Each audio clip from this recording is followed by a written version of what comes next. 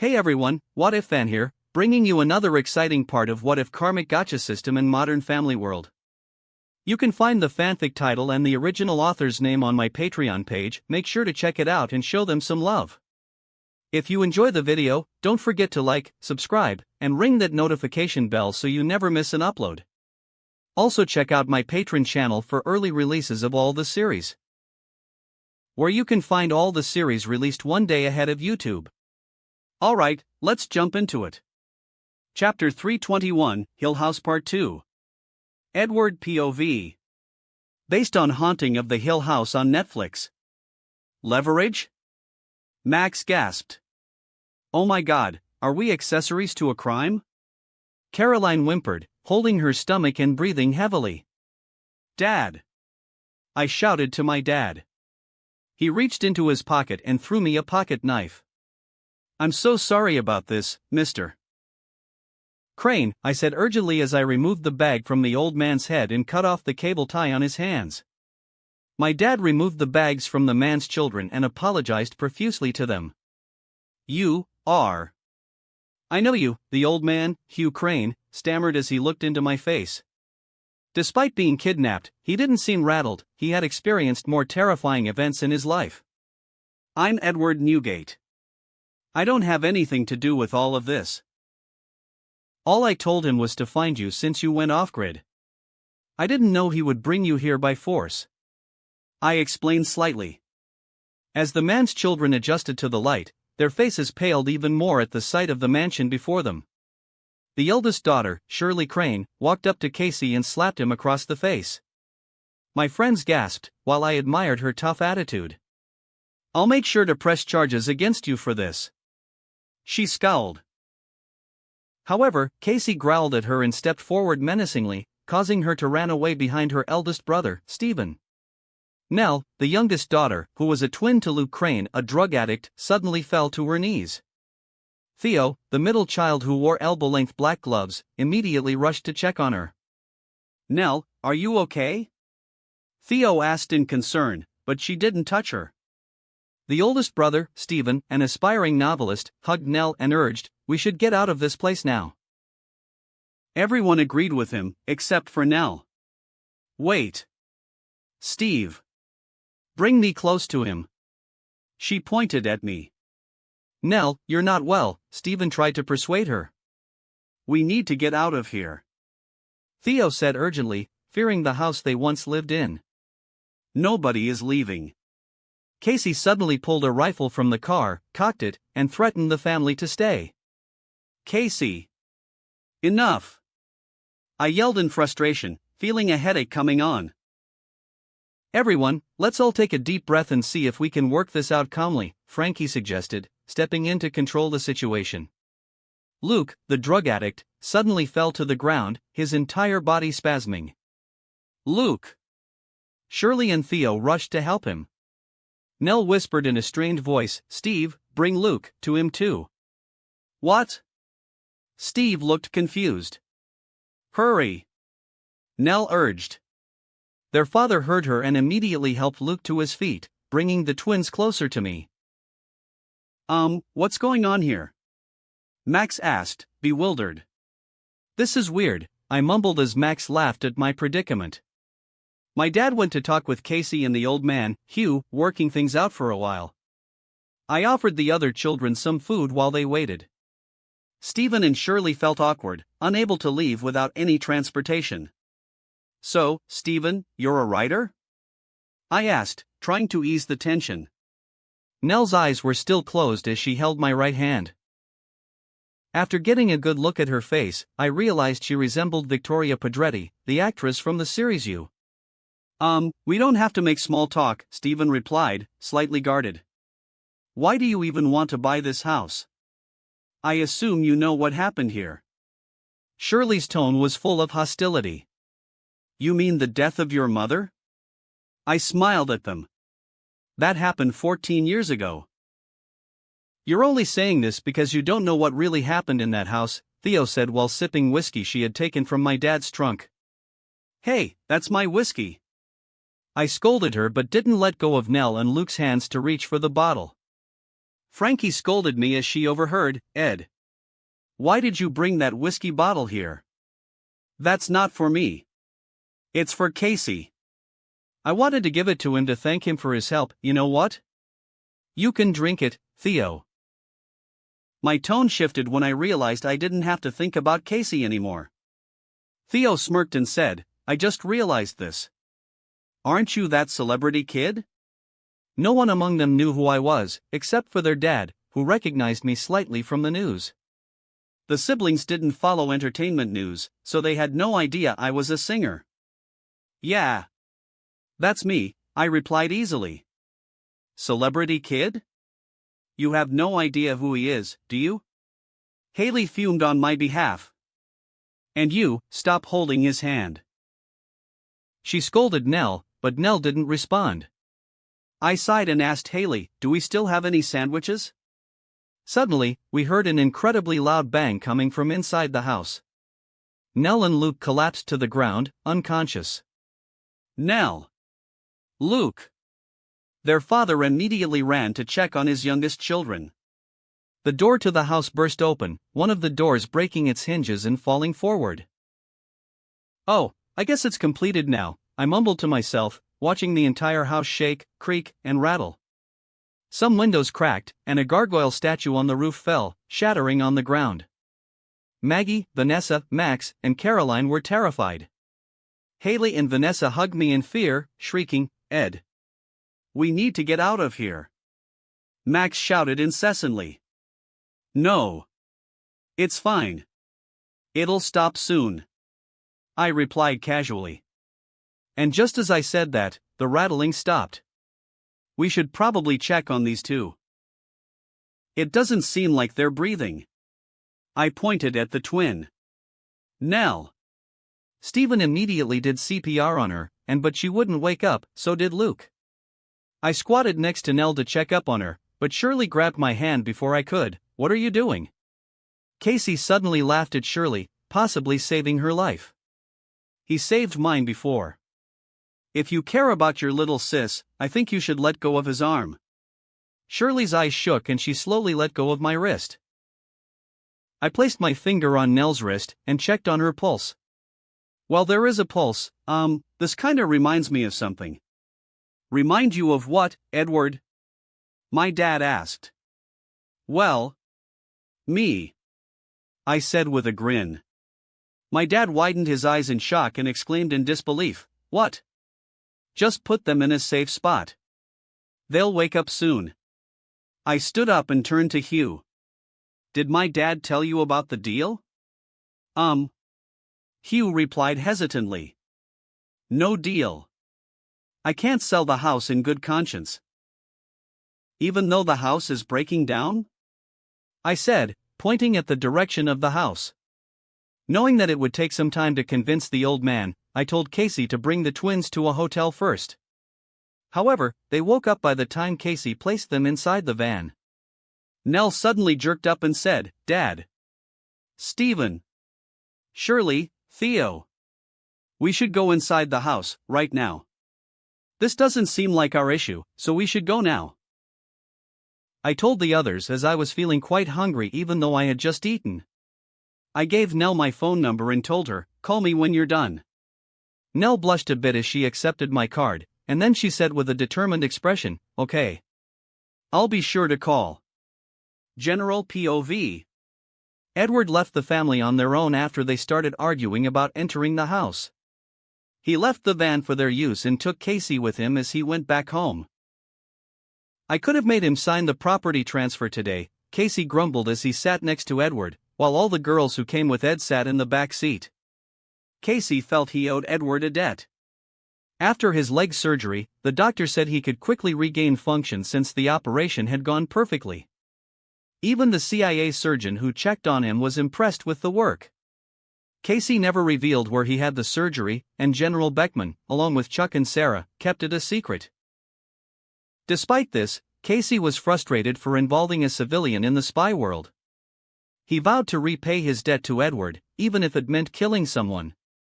That's how significant he considered Edward's favor. Sure you could. But that's not how I wanted it, Edward said casually, then turned to Casey. They have already gone through so much. I don't want to add to their trauma. Also, money, Haley interjected curtly. Edward nodded and said, yeah. Rather than keeping that house, which has no value, I'm sure I can convince him to sell it to me once I have a one-on-one conversation with that old man. Casey grumbled in frustration, but then Edward turned to him. I already called Chuck to come pick you up. I'm not driving you to Burbank. You can drop me off here. I'll take a cab, Casey said casually. Since they were already in the city, he could get a taxi anytime. No. Chuck is almost here. Just wait for him, Edward replied.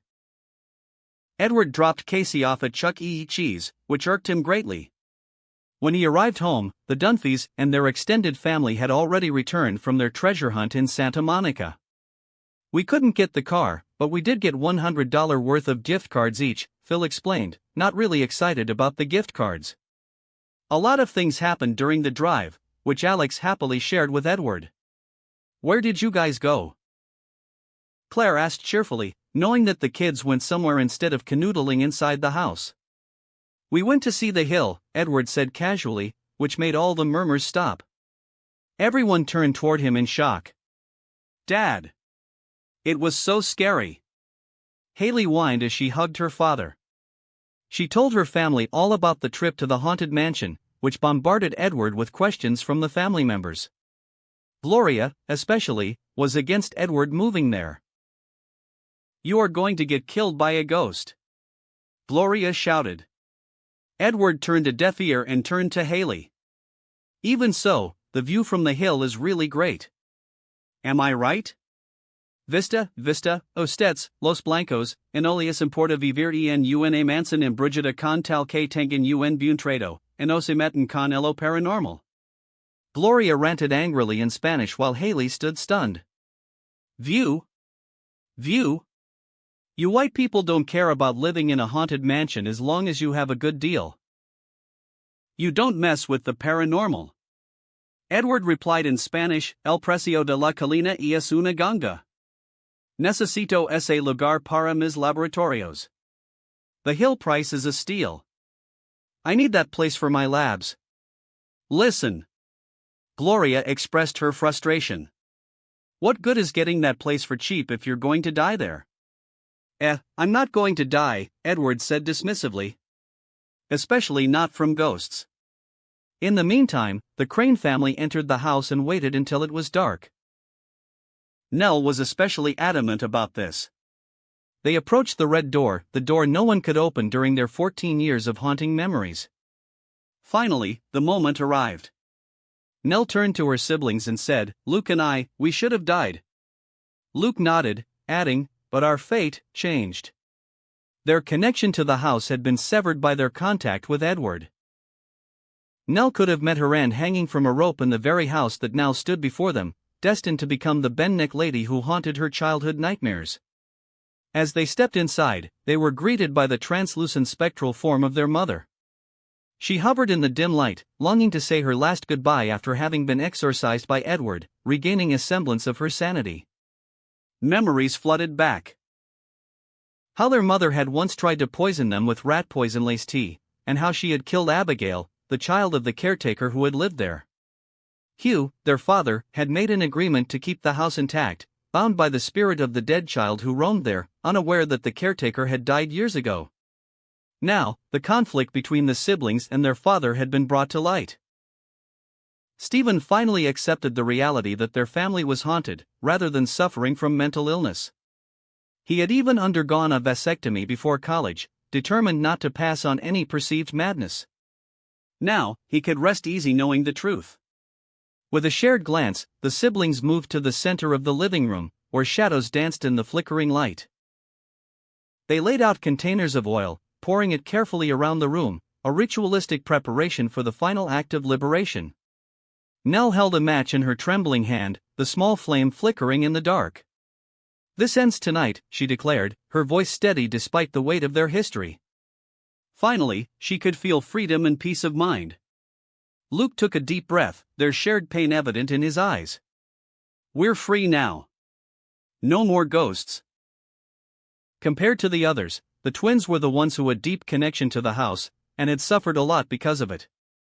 Hugh, Stephen, Theo, Shirley, and Luke all stepped out of the house as Nell threw the lit match onto the gasoline-soaked floor. Edward POV. It's all your fault, so I'm staying here with you today, Vanessa whined as we entered my house. Yeah, you can stay with Maggie in the guest room. I waved my hand dismissively as I stepped through the door. Vanessa and Maggie giggled as they exchanged glances. Vader suddenly jumped toward me, having waited for my return. Aren't you a cat? Be more aloof, I teased playfully as Vader nuzzled into my arm. I need to wash off all the bad juju on me, Maggie said as she unbuttoned her shirt. Vanessa sighed tiredly and added, yeah. Me too. Max and Caroline entered the house and sat in the living room. I'm so tired, Max whined. Caroline whimpered, I don't know which is in worse condition. My stomach from all the distress I went through, or my mind. There's coffee in the kitchen. You guys can also use the hot tub if you want to relax, I said casually as I flopped down in front of the TV. Instead of watching TV, I took out a sketchpad and began sketching the design for my future house. Let's get into the hot tub naked, Max suddenly said, making me turn around with a smile on my face. Max pointed at me and laughed, ha. Gotcha.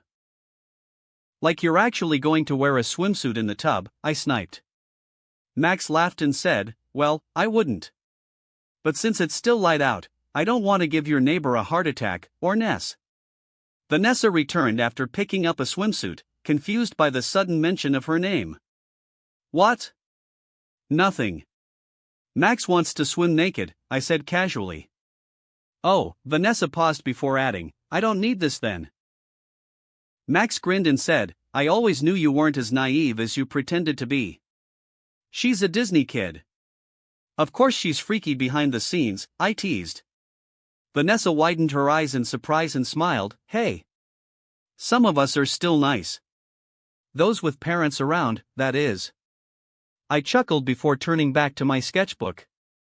As I did, Max and Vanessa felt the urge to play behind my back by undressing right there in the living room. They covered their voices, giggling silently as they laughed at me for being unaware of it. After they changed into their bathing suits, they jeered at me, Ed. You missed a hell of a show by being a nerd, Max teased. Max, I called out calmly. Look here, I pointed near the TV. Max and Vanessa looked in the direction I was pointing, only to see a mirror there. Blood rushed to Vanessa's face, and she covered it with her hands before running away to the deck. Max waved to test the mirror's clarity. So you saw all of it, she smiled awkwardly. Not turning back, I replied, yeah. I'm surprised you were trimmed down there. Damn it! Max shouted in exasperation before stomping away in embarrassment. As she walked to the deck, she shouted, Ness. This is all your fault. I have committed a felony. Again. They weren't bothered for long, as they were having fun in the hot tub with the others. Days turned into nights, and we all had dinner together in the dining room. My dad and Frankie were also there, discussing the events of the day. All of them were still frazzled about what happened at the mansion. They came out with their own theories, but no one managed to figure out what actually happened. Hell, even I wasn't sure of what transpired there. After dinner, Max and Caroline returned next door to Taylor's house. Maggie and Vanessa watched TV while I worked on my design next to them. Around midnight, we all went to bed. I really need a lab, I grumbled as I lay down on my bed, coding on my laptop. I had some knowledge about robots, but I couldn't do anything with it. Wait. I still have my Sharingan, I muttered as I slid off the bed and went to a mirror. How do I activate it, though? And won't the ocular power have side effects on my mental state? Do I even want to activate it? As I contemplated, my phone suddenly rang. Oh, I guess Nell is finally done, I mumbled as I picked up the phone from my bed, only to find that the call was from Detective Deckard. You finally picked up. I'd been worried sick, I pretended to be worried as I answered the phone. Chloe was speechless for a few seconds before she said, "I called you. Don't try to turn this on me. What have you been doing all day? Oh my god, it's the mailman, isn't it? You've been cheating on me with the mailman." My voice shook as I played the part of a slighted wife. Chloe retorted quickly, "Stop kidding around. I'm calling because of an urgent matter." My tone shifted instantly as I asked, "Oh, what is it, detective?" My expression fell as I heard her explanation. "They burned down the house?" "Yeah. Nell, the youngest one, has your name card. When I asked her about it, she said you wanted to buy the house, so I called you." I rubbed my chin in contemplation before asking Chloe, "Will they be charged with arson?" "I don't know yet," Chloe replied, "but it is very likely. There wasn't any insurance on the property, and there weren't any nearby homes, so they weren't endangering others. Still, burning down the house carries legal consequences." I sighed and said, "I'll send my team of lawyers there to help them out." After I finished the call, I muttered, "This will complicate the property transfer even more. Can I manage to do it before I go on the world tour?" Looking at the house design on my sketchbook, I sighed and said, "Will I really need to buy a place in Bel Air?" My mind was already filled with the ideas for my new home. Maybe it was an architect thing, but I didn't think I would be satisfied if I settled for anything else. As I was thinking, I received a notification text from my phone. Haley texted me, "I'm too scared to go to sleep now. Thanks a lot." I smirked and said, "Why don't you come on over if you're too scared?" "You come over," she replied shortly. "I'll unlock the door." After I got there, Haley and I cuddled as we went to sleep together. The next day came quickly. After spending the night inside the interrogation room, the family was finally released as someone posted bail for them. They still had to go to court, which made the property transfer even more difficult. "I swear I'm not giving up on this," I muttered as I sat in front of Stephen, the aspiring writer. "Not giving up on what?" He smiled awkwardly, having overheard my mumbling. "The story." I took out a pen and paper before saying, "I want to know about what happened there. Also, are you interested in creating a TV series with me about your family's experience? I'll pay you heftily for the story rights." After discussing with Stephen, I finally connected the storyline when he confessed something. Honestly, I am in the middle of writing a novel about our family's experience in that house. I'm going to name it, Haunting of the Hill House. Bewildered at first, I became intrigued and said, "Let's publish that book first. Then, we will discuss the TV series." As the family had confessed to setting the house on fire, they received the court date early.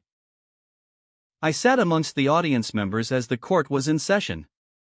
My dad was called as a witness by the lawyers, and he showed them the aerial footage of the house, which was in a state of disrepair, taken slightly before the family entered the house yesterday afternoon.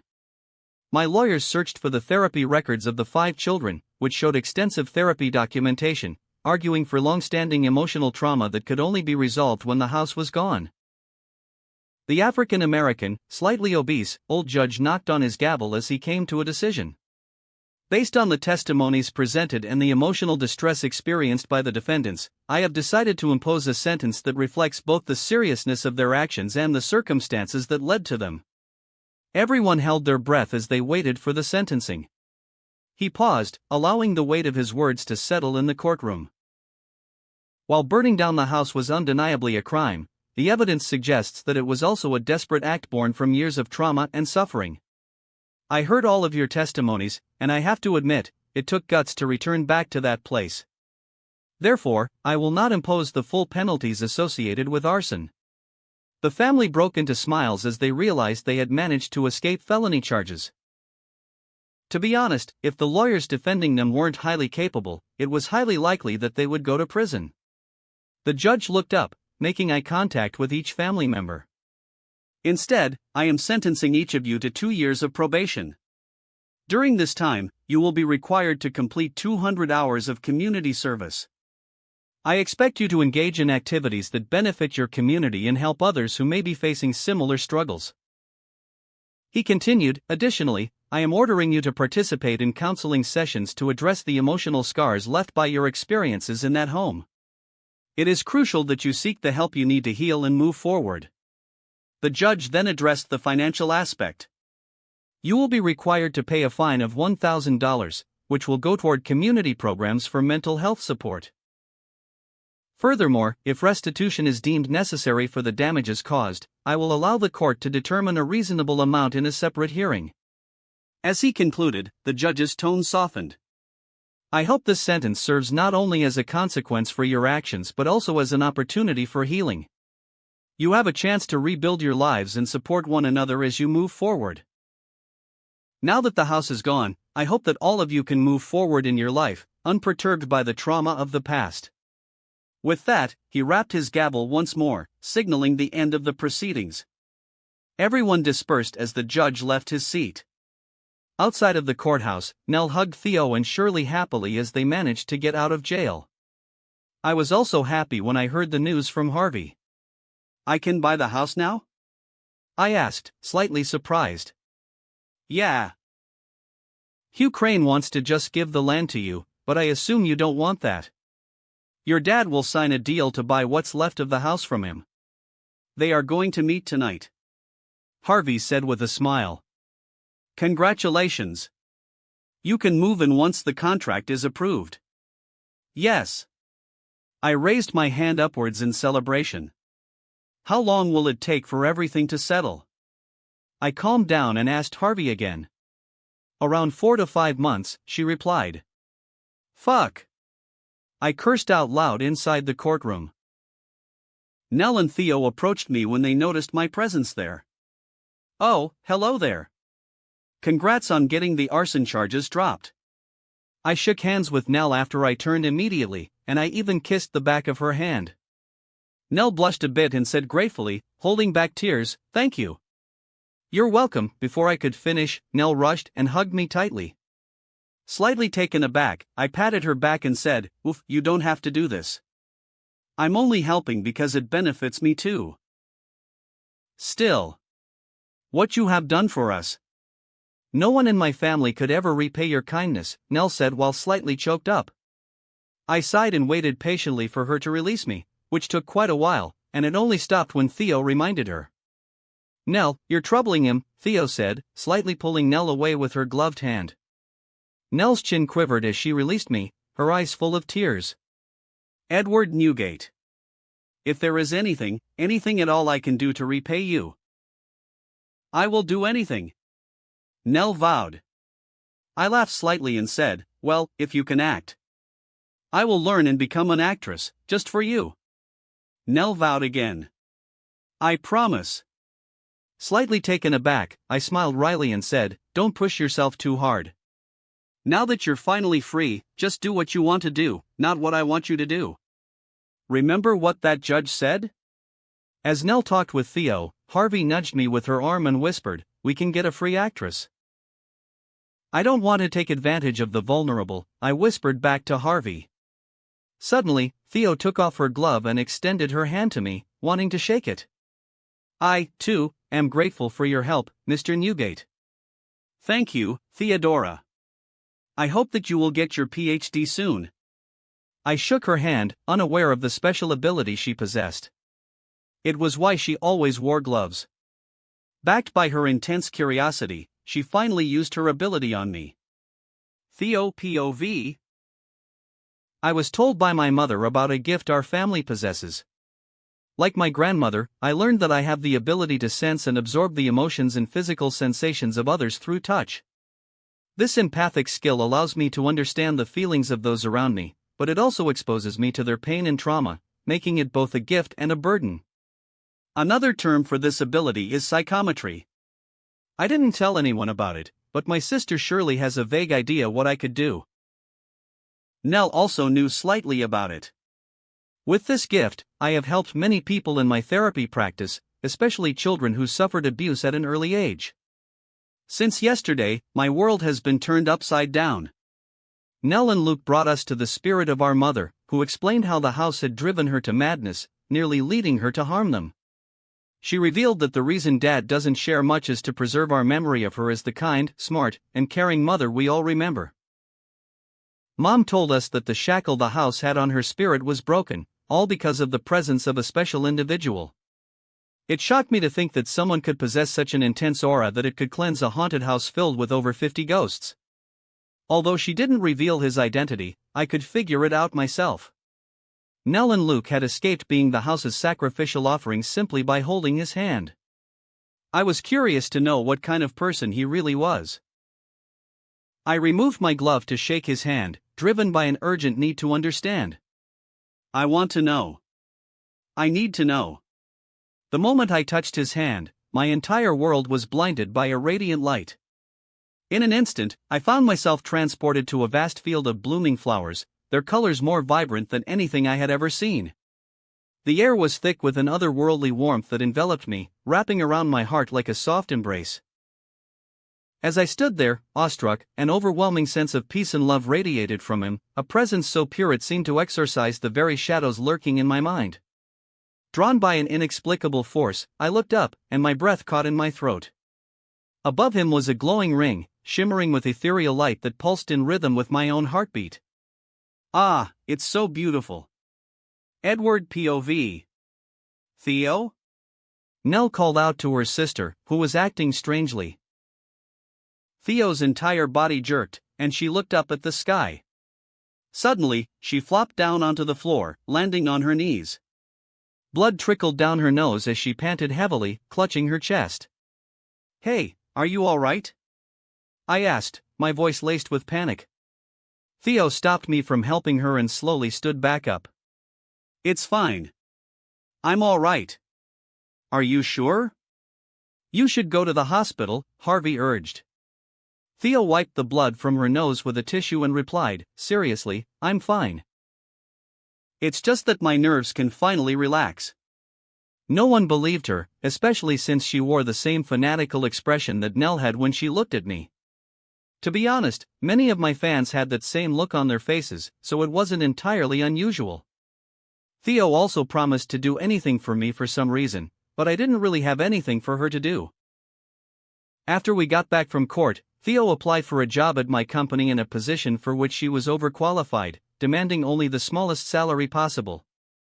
Shirley and Stephen returned to their respective families, but Luke and Hugh stayed behind in California. Nell, Theo, Hugh, and Luke all rented a house together, and Luke never touched drugs again after this. "This has been a weird couple of days," I mumbled to myself on the drive home. After the incident, I left the courthouse and returned home, fully aware of the work awaiting me. The Quantum Channel network was set to officially launch in just 3 days, and the distribution of the SIM card was now nationwide.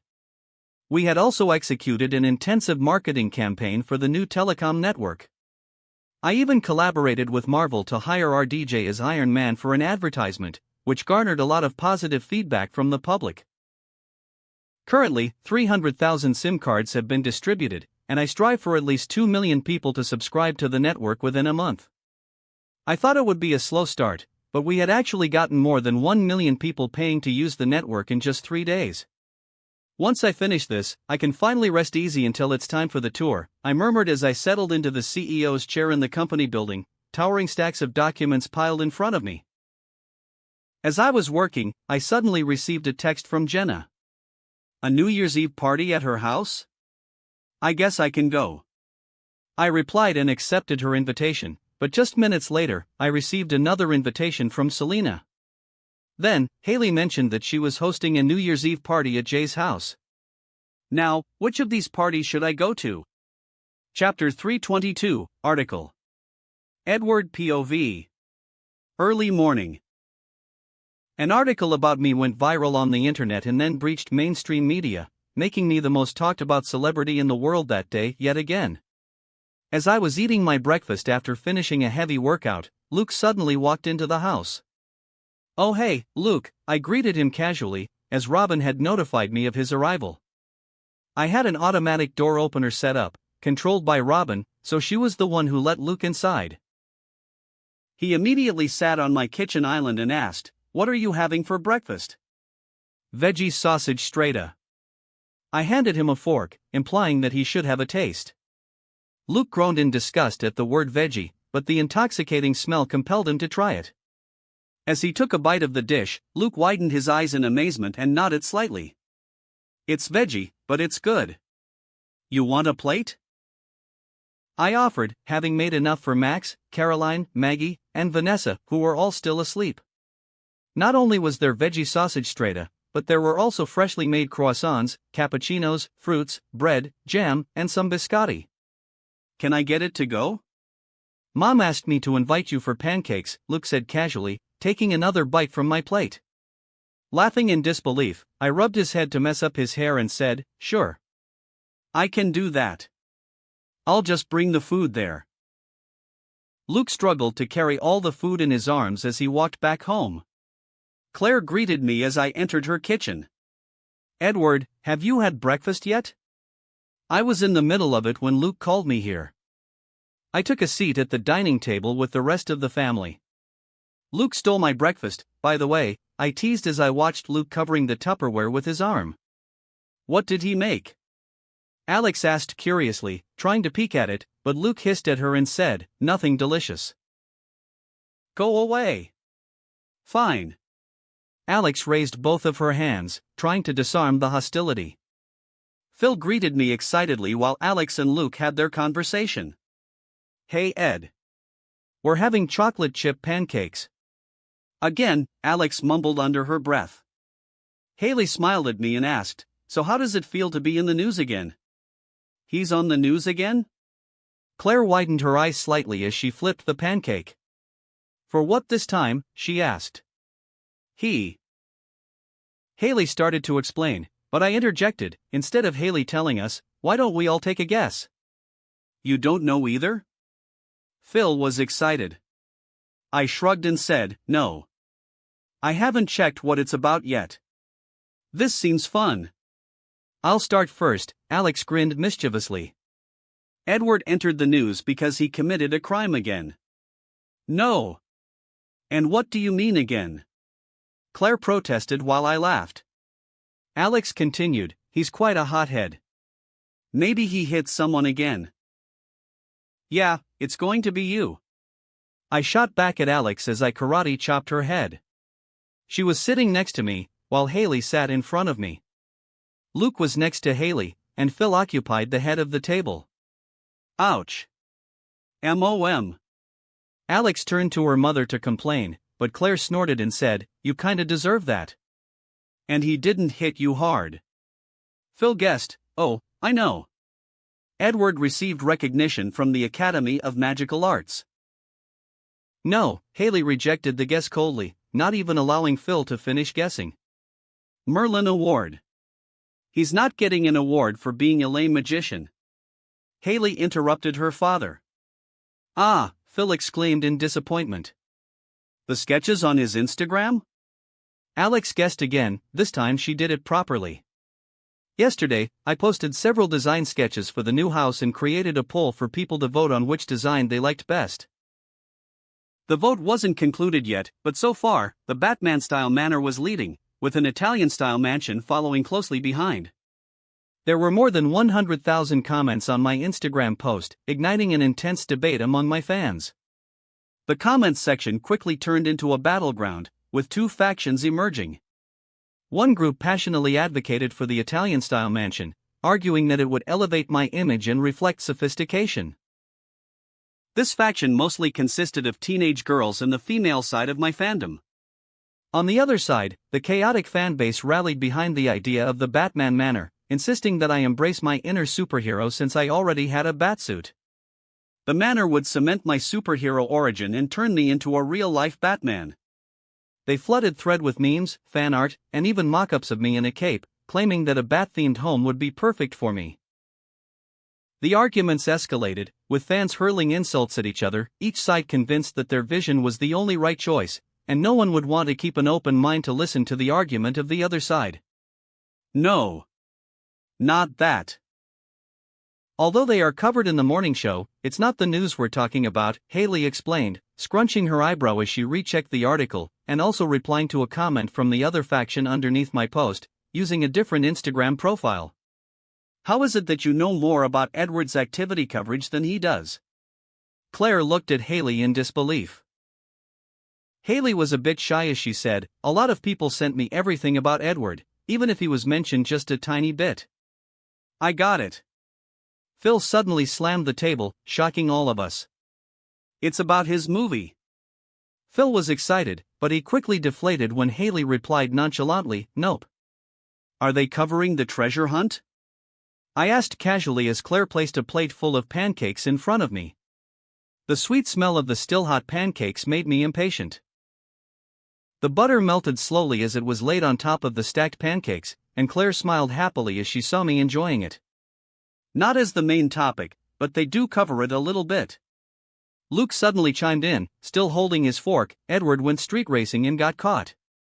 Please, Luke. I would never get caught, I replied confidently, with a sly smirk. Alex rolled her eyes at me while Haley giggled.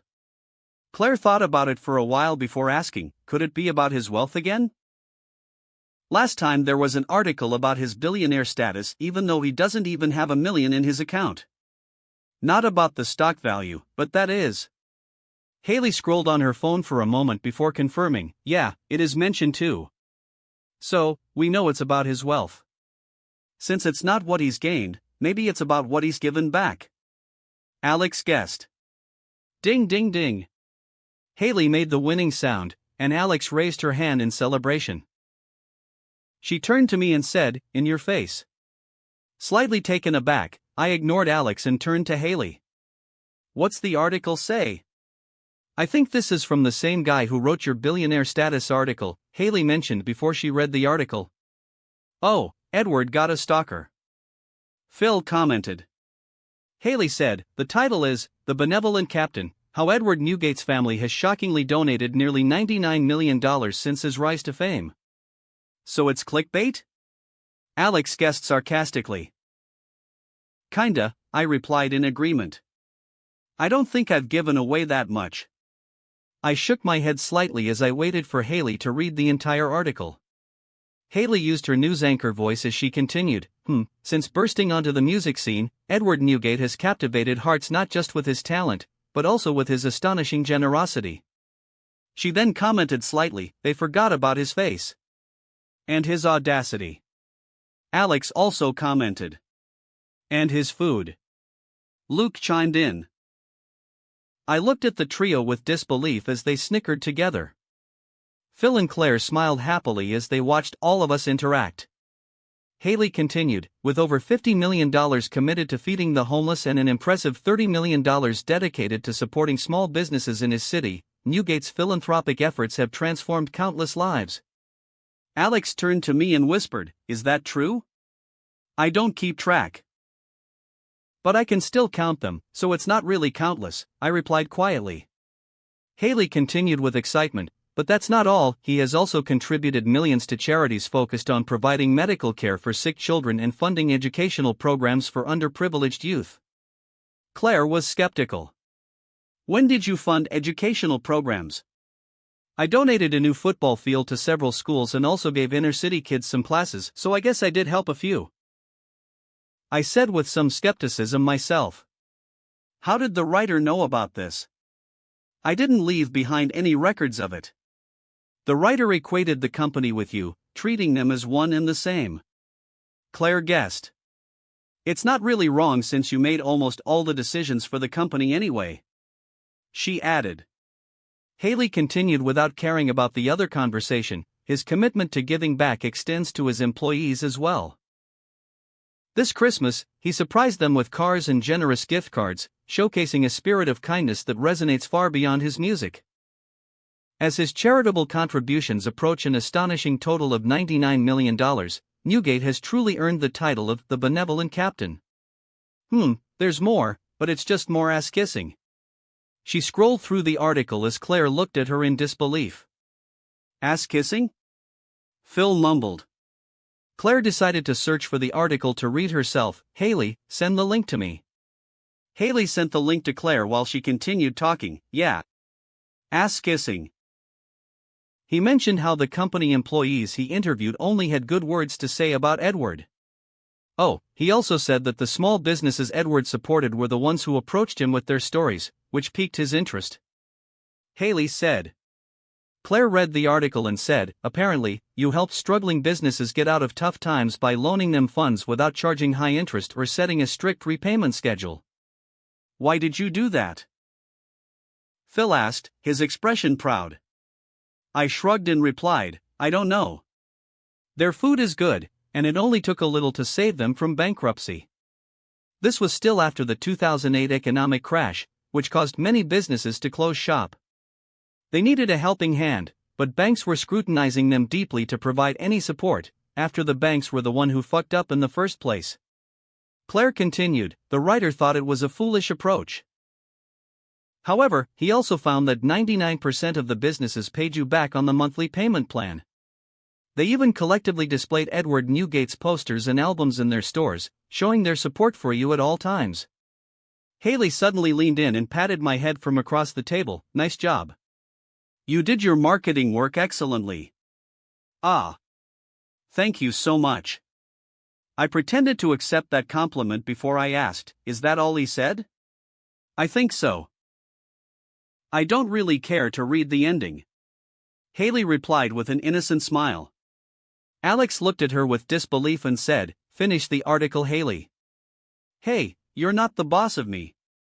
Tell the truth, you only stopped reading it because you don't know how to say several words the article used. Haley was flabbergasted and stammered, I know how to read. They started arguing while I stole Alex's pancake after finishing mine without her realizing it. Speaking of articles, Tara has been wanting to interview you for some time. Haley said after breakfast was finished.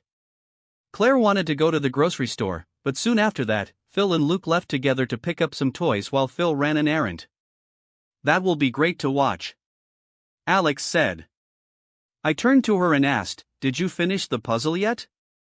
Her expression became crestfallen and she said egregiously, I am still studying cryptanalysis.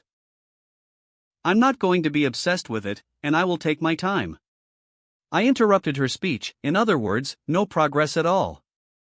Shut up. I will solve it soon. Alex shouted before stomping away to go to her bedroom. Haley giggled and touched my arm, saying, so, what are you going to do? Should I tell Tara there's no way she can do that, even if you promised her an interview? I grimaced and changed the subject. By the way, I have a bone to pick with you. What? Haley was taken aback, not expecting that. What are you mad at me for?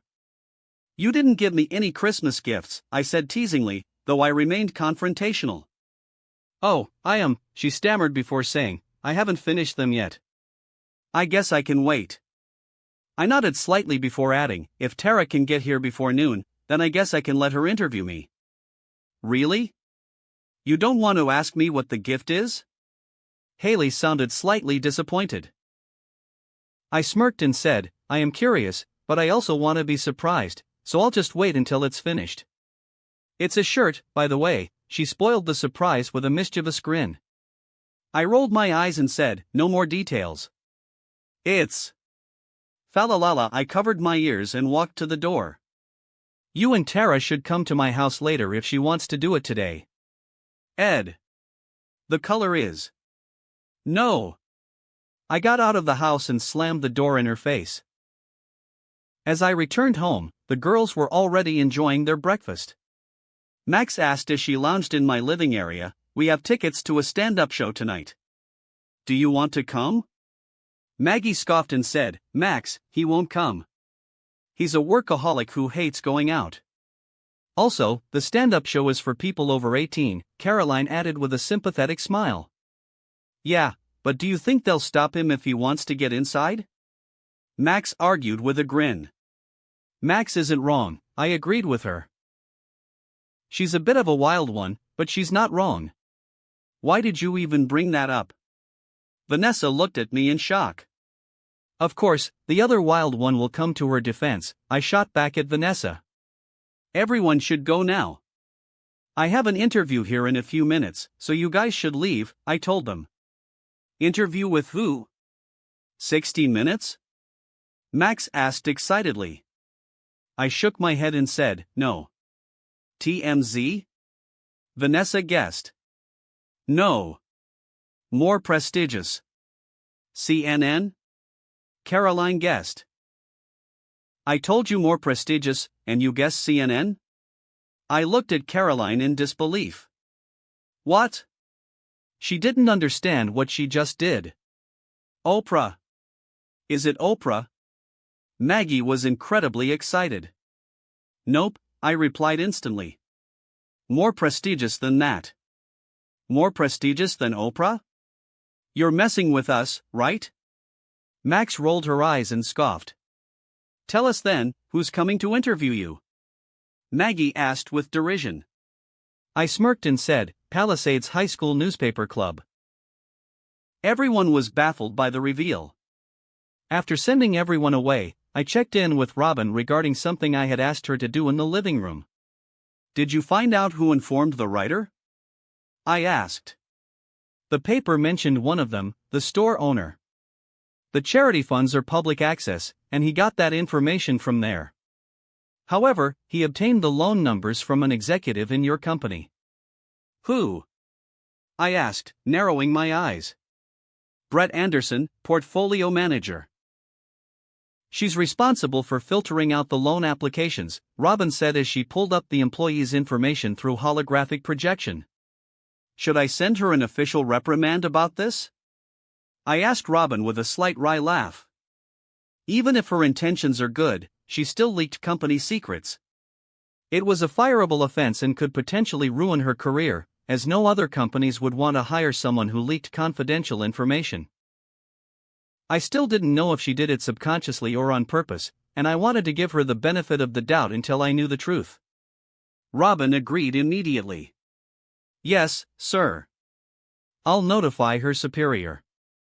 Don't make it so one-sided. I want to hear why she felt the need to do this. Allow her to defend herself. If her manager feels she has a good excuse, then turn it into an unofficial reprimand. As I was letting the matter rest, Robin suddenly chimed in again. Sir, it seems that Brett handed in her resignation letter this morning. Why? For what reason? I asked, confusion creeping into my voice. There's no formal record, but her manager discovered the source of the leak and forced her to resign under the pretext of being overwhelmed. Make both of them hop on a conference call in 5 minutes, I instructed, my irritation growing. I want to know exactly what happened. Robin quickly set to work, and moments later, a holographic projection flickered to life, revealing the anxious faces of Brett and her manager. Brett looked pale, her eyes slightly reddened, while her manager, a weary middle-aged man, bore the weight of the day's stress. Since you've already submitted your resignation, I trust you won't mind explaining why you leaked sensitive data to the journalist, I said, fixing my gaze on Brett. She stammered, clearly flustered. I didn't mean to.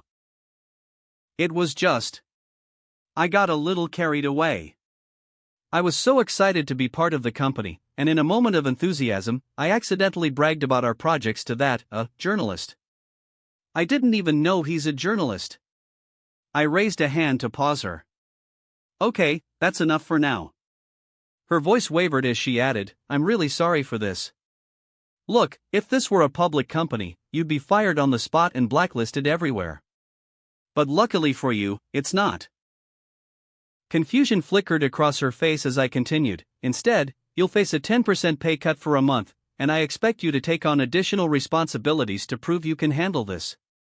You'll also be placed on probation for another 2 months. I decided to keep the incident under wraps, ensuring it wouldn't tarnish her record. The only people who would know about the leak were Brett, her manager, and me.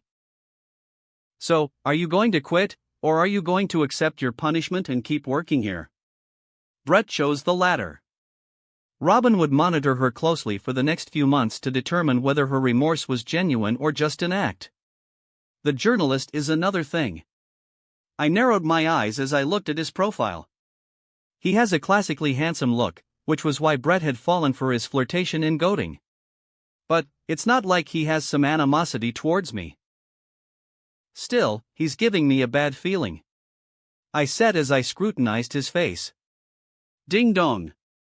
Just as I wrapped up the call, Tara and Haley arrived at my place and rang the doorbell. As I opened the door, Enid immediately rushed to hug me. Edward. Oh, Enid, you're also here, I said as she dangled over my body, wrapping her arms around my neck. General POV. I did what you asked me to do, the journalist said, speaking into his phone after his article about Edward gained traction in mainstream media. A notification chimed on his phone. He checked it and saw that $1 million had been transferred to his offshore account. Pleasure doing business with you, he paused, then added, Wainwright. Agent Wainwright's voice came through cold and sharp. Never mention that name again. This is your last warning. The agent abruptly cut the call. Scary, the journalist muttered, feigning fear as he set his phone down. I wonder why he wants me to build up that kid's reputation. Is he trying to atone, or is he planning a payback? Well, I don't care anyway. The journalist shrugged before he laid down casually on his living room couch.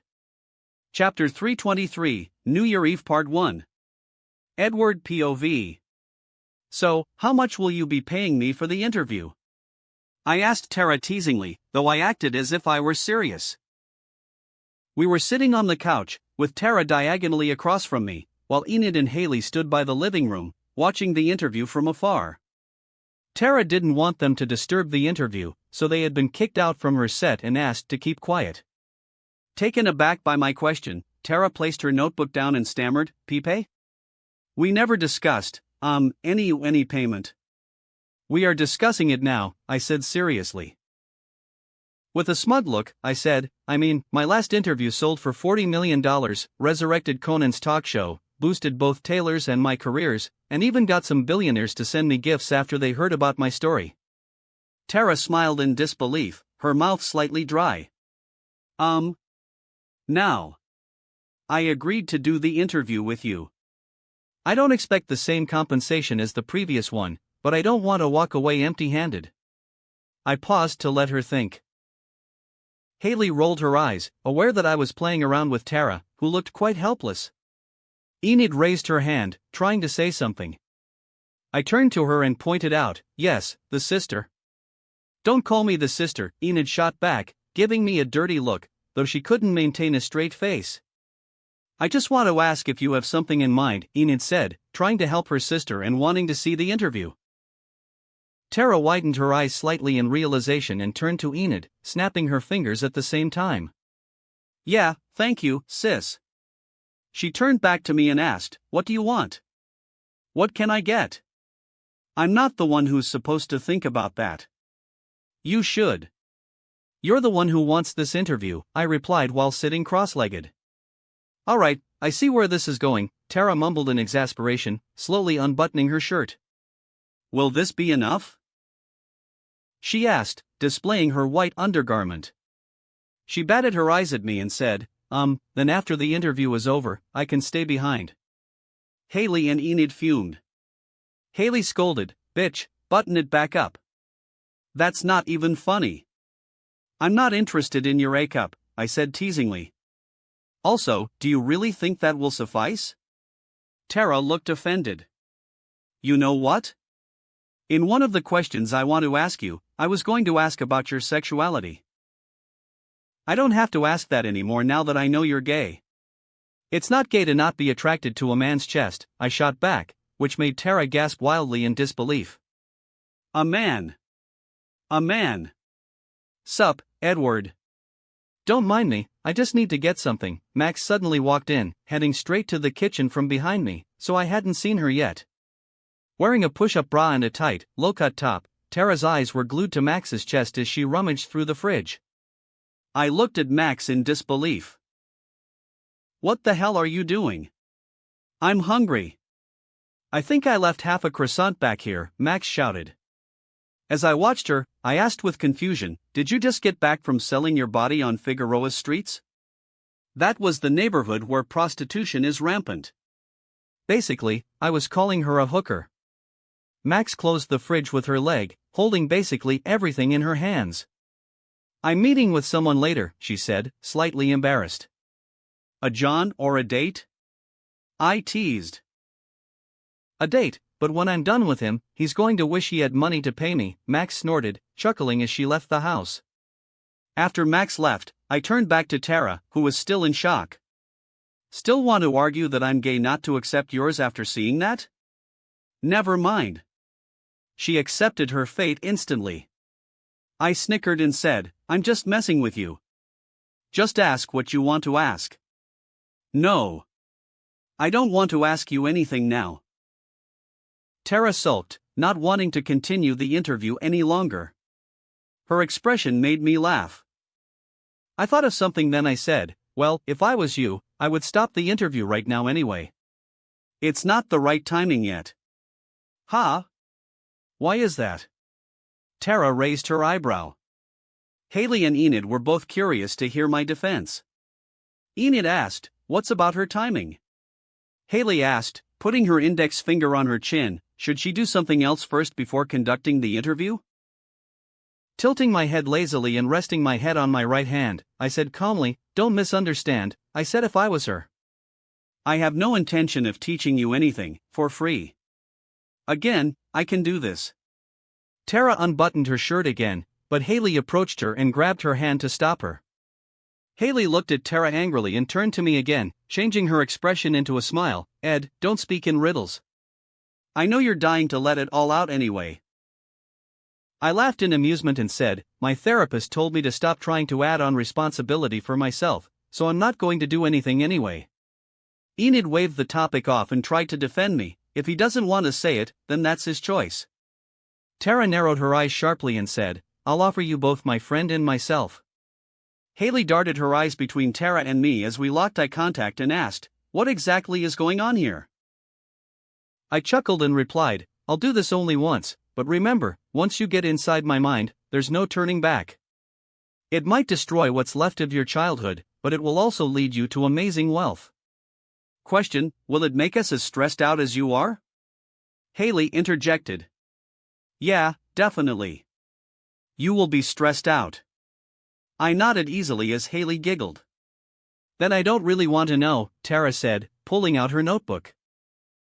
As the representative of a school paper, I have to ask you a few questions that pertain to that. Okay, shoot. I leaned back and relaxed as the interview began. The last time you went to school, it was for the SATs. What do you think your SAT result will be? Top nationwide, I replied curtly. Next question, why are you still single? Tara asked casually. Slightly taken aback, I said, that question is important for the school paper? Yes, Tara answered seriously. Haley looked baffled, glancing between her friend and me with interest. Enid was also intrigued by the topic. I huffed slightly and replied, timing.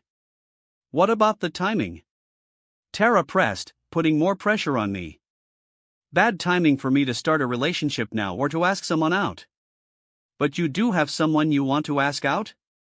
Tara didn't let me take a moment and instantly shot her next question. No comment. I grinned. I'm sorry. I have to get an answer for the school paper. Tara smirked as she tapped her notepad with a pen, shrugging as if to say she couldn't do anything but follow the rules.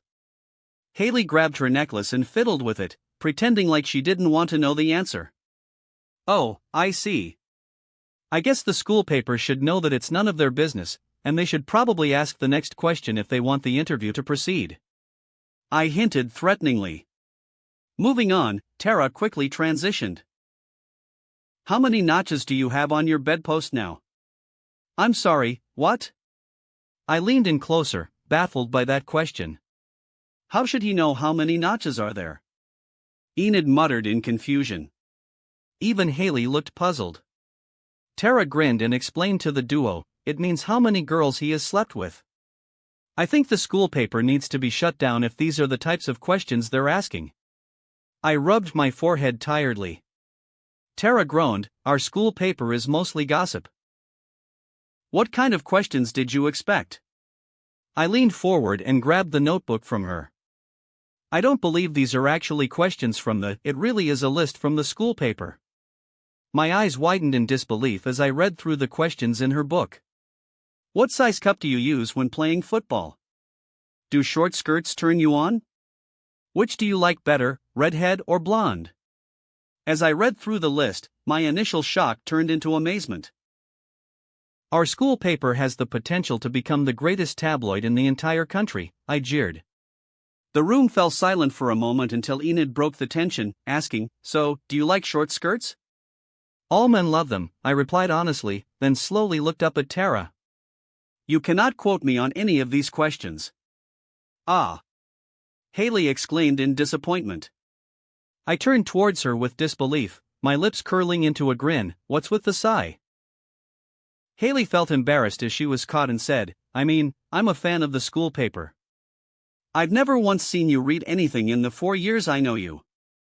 Tara shot at Haley. "I read at home okay." Haley defended herself. "I'm hungry." Enid suddenly complained.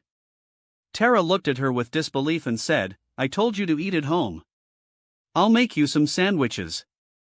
"I think we all need a little break, maybe some refreshment." I stood up and walked to the kitchen. Tara yelled, "It's only been 5 minutes.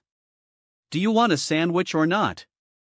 I yelled back, "Yes, please." Tara yelled again to reply. After we had some finger sandwiches and drinks, Tara asked with her mouth full, "If I can't ask that, munch munch, then can I ask whatever I want?"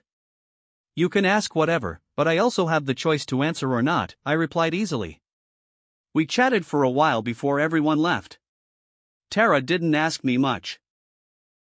Only a few questions about my current projects and what was going on in my life for the school paper. Before Haley and Tara left, Haley asked, "Oh, are you coming to the New Year's party?" "Oh, I'll have to get back to you on that. I think Pepper is going to throw a big New Year's party, and if he does, I have to go," I told Haley as we stood by the door. Instead of being disappointed, Haley's eyes sparkled as she asked, "A big party?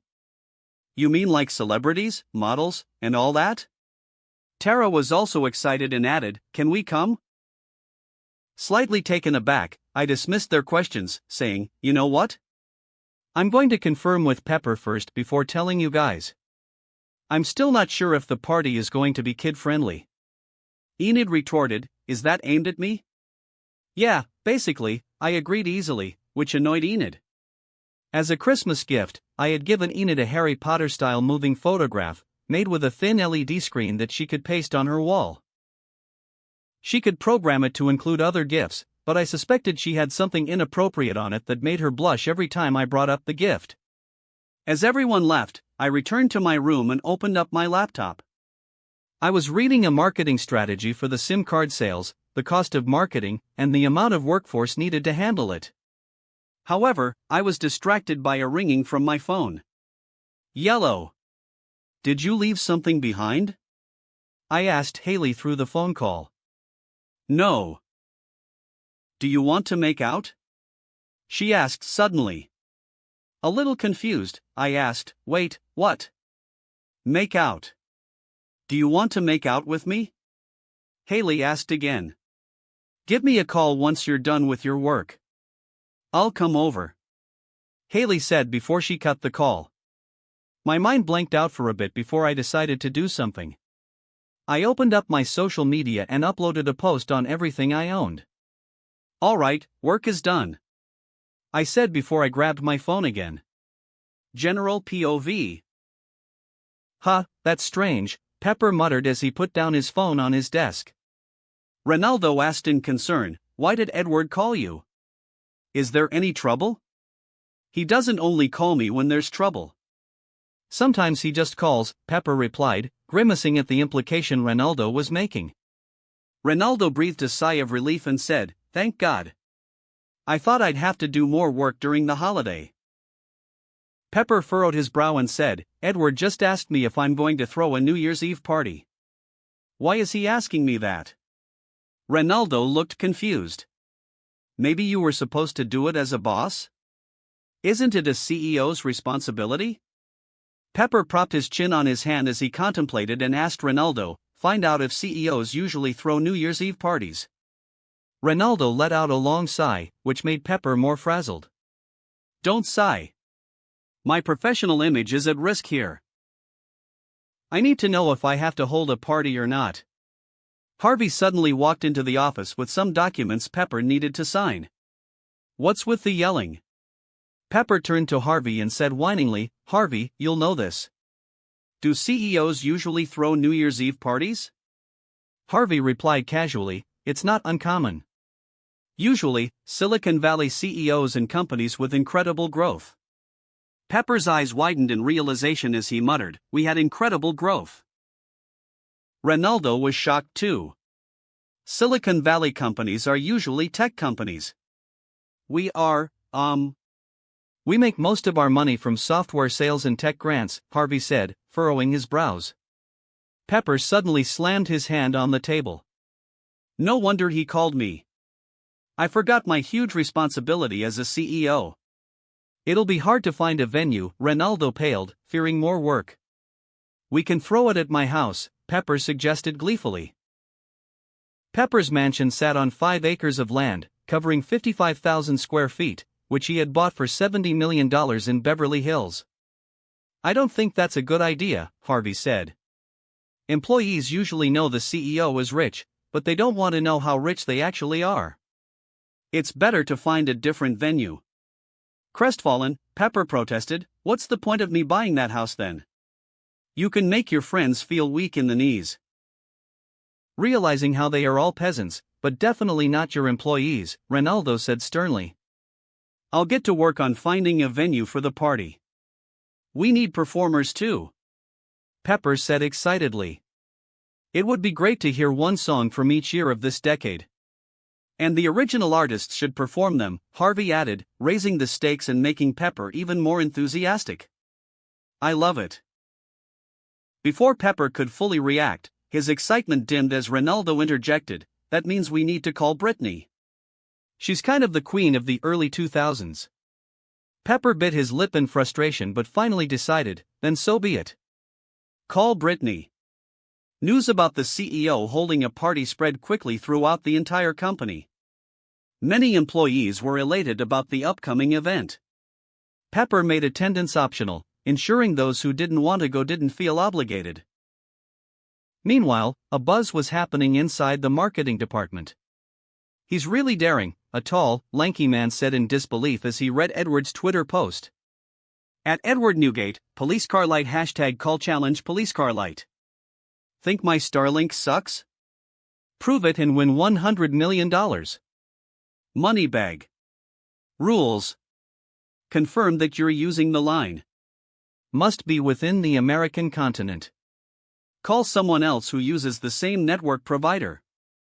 Upload your test to social media and tag us. Can you handle it? Let the challenge begin. Telephone receiver collision.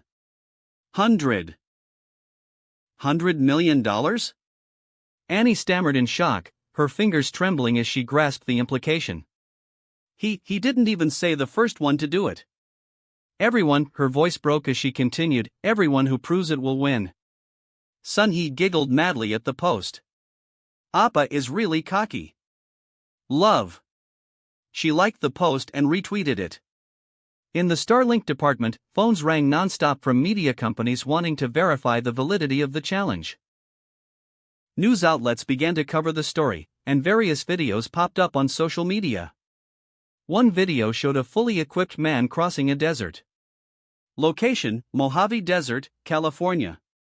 Video caption, trying to outsmart Edward's challenge in the Mojave.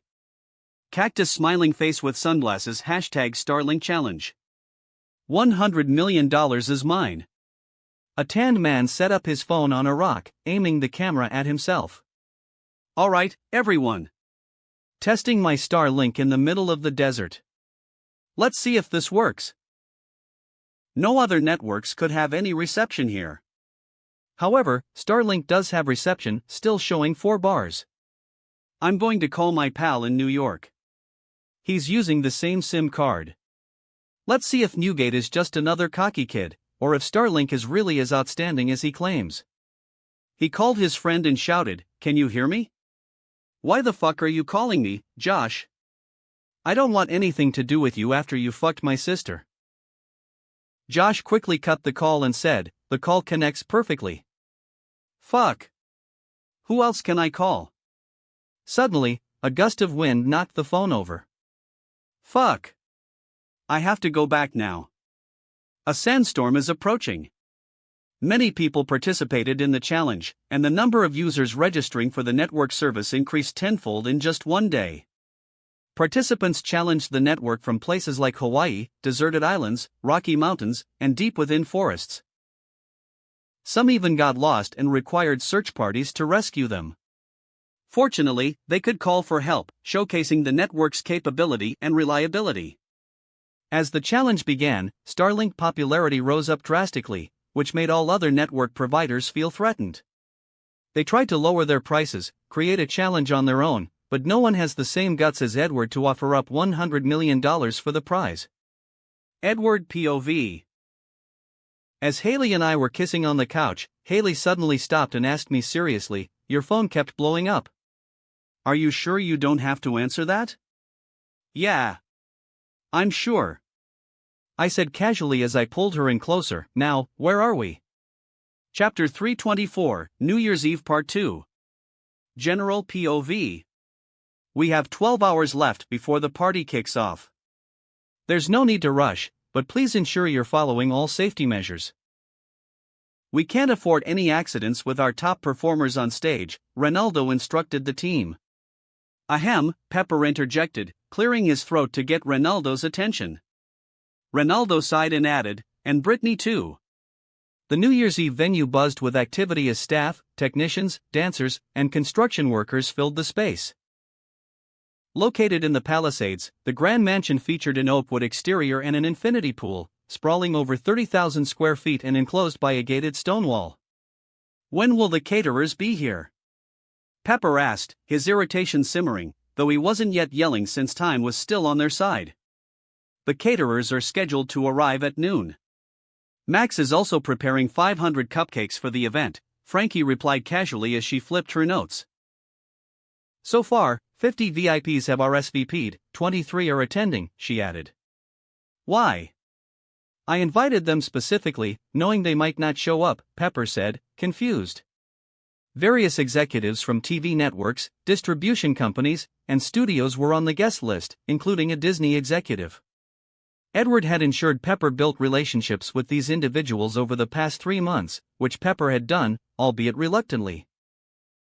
Though he found their behavior off-putting, he believed in Edward's vision and formed casual acquaintanceships with them. They weren't bad people per se, just a bit eccentric.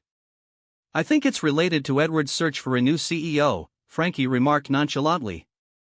Pepper's eyes widened in shock as he gasped, "He's replacing me?" Startled, Frankie quickly clarified, "Oh no, not at all. He's just splitting the telecommunications division from Entertain." "Oh right, he mentioned that to me," Pepper said, visibly relieved. His focus shifted to a staff member carrying a white lily. "What's this?" "I specifically asked for tulips. And the tablecloth is off-white?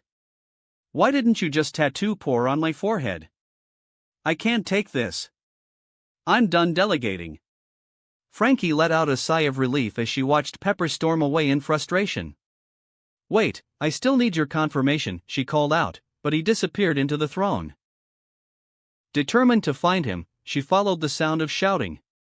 More guests were arriving that she needed to update him about, including some of Edward's connections from Marvel, RDJ, Don Cheadle, Jon Favreau, Chris Hemsworth, Tom Hiddleston, and Samuel L. Jackson. Additionally, Edward had invited Eminem, Dr. Dre, and Snoop Dogg, all of whom preferred to stay in New York rather than head to Vegas for the celebrations. The cast members and director of his new movie were also coming by and they brought guests with them. Maggie and Penny had also invited club girls from their favorite clubbing spots.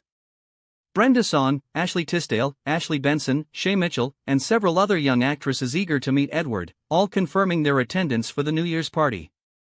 With a mix of tech enthusiasts, academics, models, and photographers, the guest list had ballooned to over 500 attendees. "Can we even fit all of them in the venue?"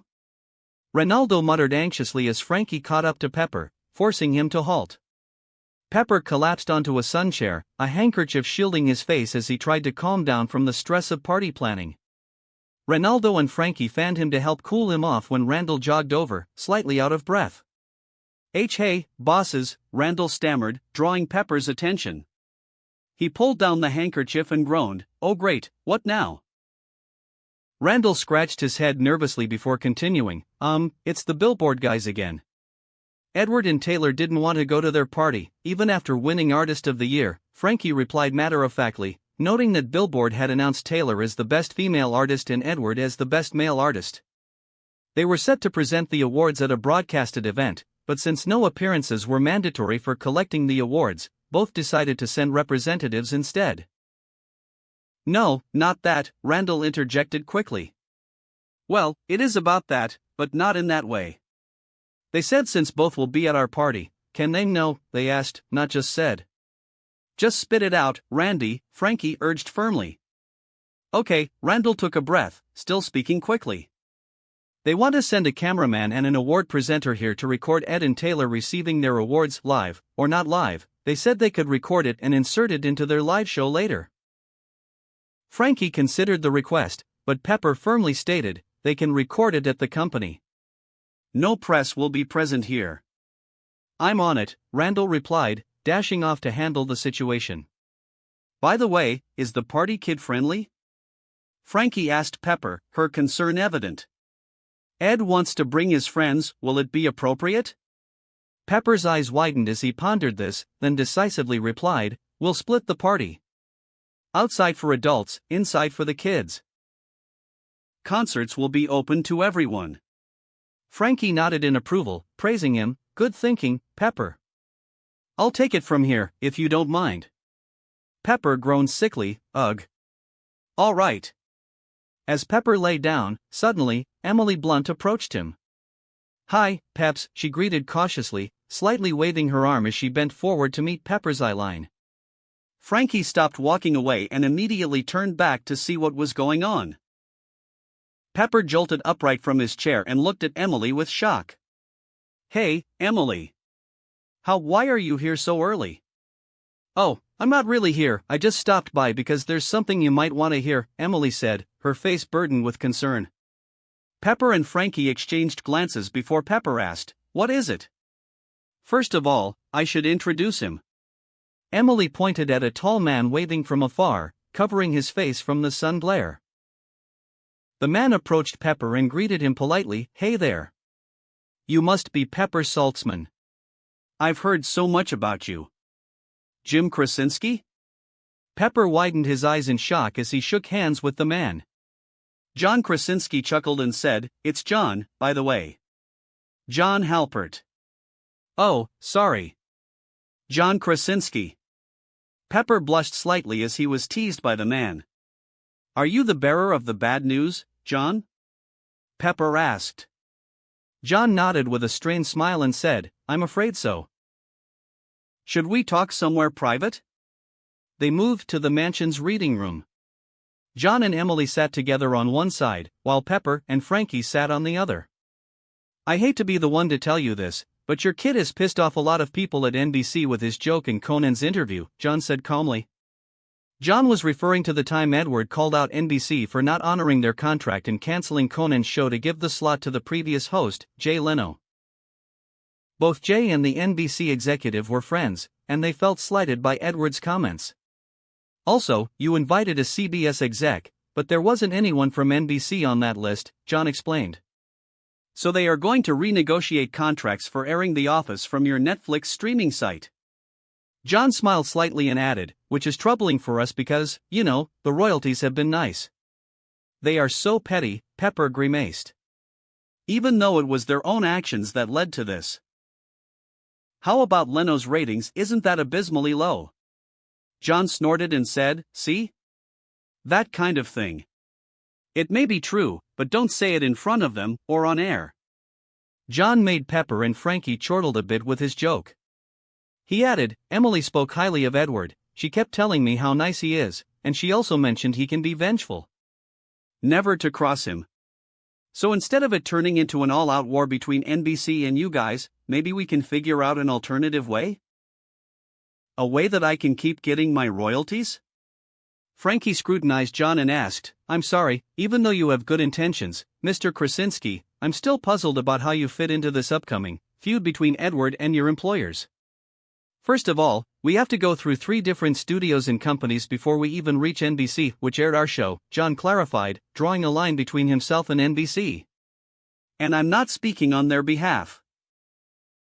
Emily added with a sly smirk, he's just a fan of Edward. John laughed a bit before joking, also, Netflix? I watch all my shows there instead of on TV. NBC was short-sighted, which was what John thought. The main problem was those 2 people, Jay Leno and his good friend. The others at NBC weren't involved much in this beef. Steve Carell was a good friend of Judd Apatow. Steve was also a good friend of John Krasinski, who was dating Emily Blunt, the female lead in Entertain's new movie, directed by Judd Apatow. The relationships in the film industry were quite entangled, and John telling Pepper this information was an act born from all these webs of connection, allowing them to prepare and not get blindsided by the contract renegotiation. However, Edward and Harvey had placed several clauses in the contract that were impossible for the company to mess with. Maybe one man would have problems with it, but as a corporation, they wouldn't even consider taking the series off the streaming site, at the very least, not yet since they didn't have one of their own. What John, Steve Carell and Judd Apatow were worrying about wouldn't become a reality. However, their effort did show Edward their character, which made him wanting to add them into his celebrity inner circle going forward in his career. The stage completed its construction around 2 in the evening. The party preparation was finally complete. Team Alpha, are you locked in? Casey asked through his earpiece, lying on a rocky surface atop the hills, a vantage point above the mansion. Disguised as a stagehand, Chuck stammered, Casey, are you sure about this? We're really going to go through with it? Sarah, dressed as one of the champagne servers at the party, interjected, Chuck, stop asking questions. Alpha and Delta are ready. Casey muttered, I thought this would be a simple extraction, but the security around the target is tougher than I anticipated. With a tone of disgust, Sarah replied, they don't want her to break free from their control. Otherwise, how could they explain the $250 million disappearance from her assets? Chuck sighed, I feel guilty pointing fingers at her after everything she's been through. Anyone would go crazy in her position. Casey shifted his focus from the sniper rifle scope and said, we'll move to extract her tomorrow. Make sure to plant the tracker on her at the party. We only have one shot at this, so don't fail. Chuck laughed slightly and said, Casey, did Edward tell you anything else? Casey grunted and scolded, just do what you're told. As Casey was distressed about the debt he owed, Edward decided to let Casey put his mind at ease by handling an impossible mission. If anyone could do it, Edward figured it would be Chuck's team. The objective of their mission was to save Brittany. Edward POV. Wearing an apron, I stood next to Max as she prepared and decorated a fresh batch of cupcakes in my kitchen. Ed, put the new batch in the oven, Max instructed, swirling white frosting on the finished cupcakes. Sure, I replied casually. But when I looked at the dough, I noticed a paw print embedded in it. Vader. Seriously? I called out to Vader, who was playing at our feet. Meow. How did he know it was me? Vader stared up in confusion, licking the dough off his paw. We should remake this batch, I told Max with a sigh. She grumbled as she grabbed the tray from me and placed it in the oven. It'll be fine, she insisted. I was at a loss for words for a moment until Vanessa walked into the kitchen, purse in hand, interrupting our conversation. What are you doing here? I asked, slightly puzzled. Vanessa shot back, irritated, I can't be here? No, I replied flatly, meeting her gaze. She looked taken aback and clarified, I'm waiting for Maggie. We're going shopping for tonight's party. Okay, I said curtly, pouring cupcake batter into the liners while she glared at me. By the way, you're performing tonight, so make sure to come early. Vanessa's eyes widened in disbelief. What? Say that again. You're performing tonight, I smirked, turning back to her. The full performance, with dancers. No, No. No, she stammered. I'm not ready. I grimaced slightly and replied, you kinda are. I need more time, she pleaded. You've had enough time, I countered. Her eyes darted around as she scrambled for excuses. My legs still hurt. Nope, I shot her down immediately. You need to be there by 6, or else. Oh, kinky, Max chimed in. I grimaced at her, whispering, what? Vanessa protested, if you make me do this. I'm your boss. This isn't up for discussion, I interrupted. Fine, she huffed, walking away, but then glanced back at me and started limping, pretending her legs still hurt. That's not going to work.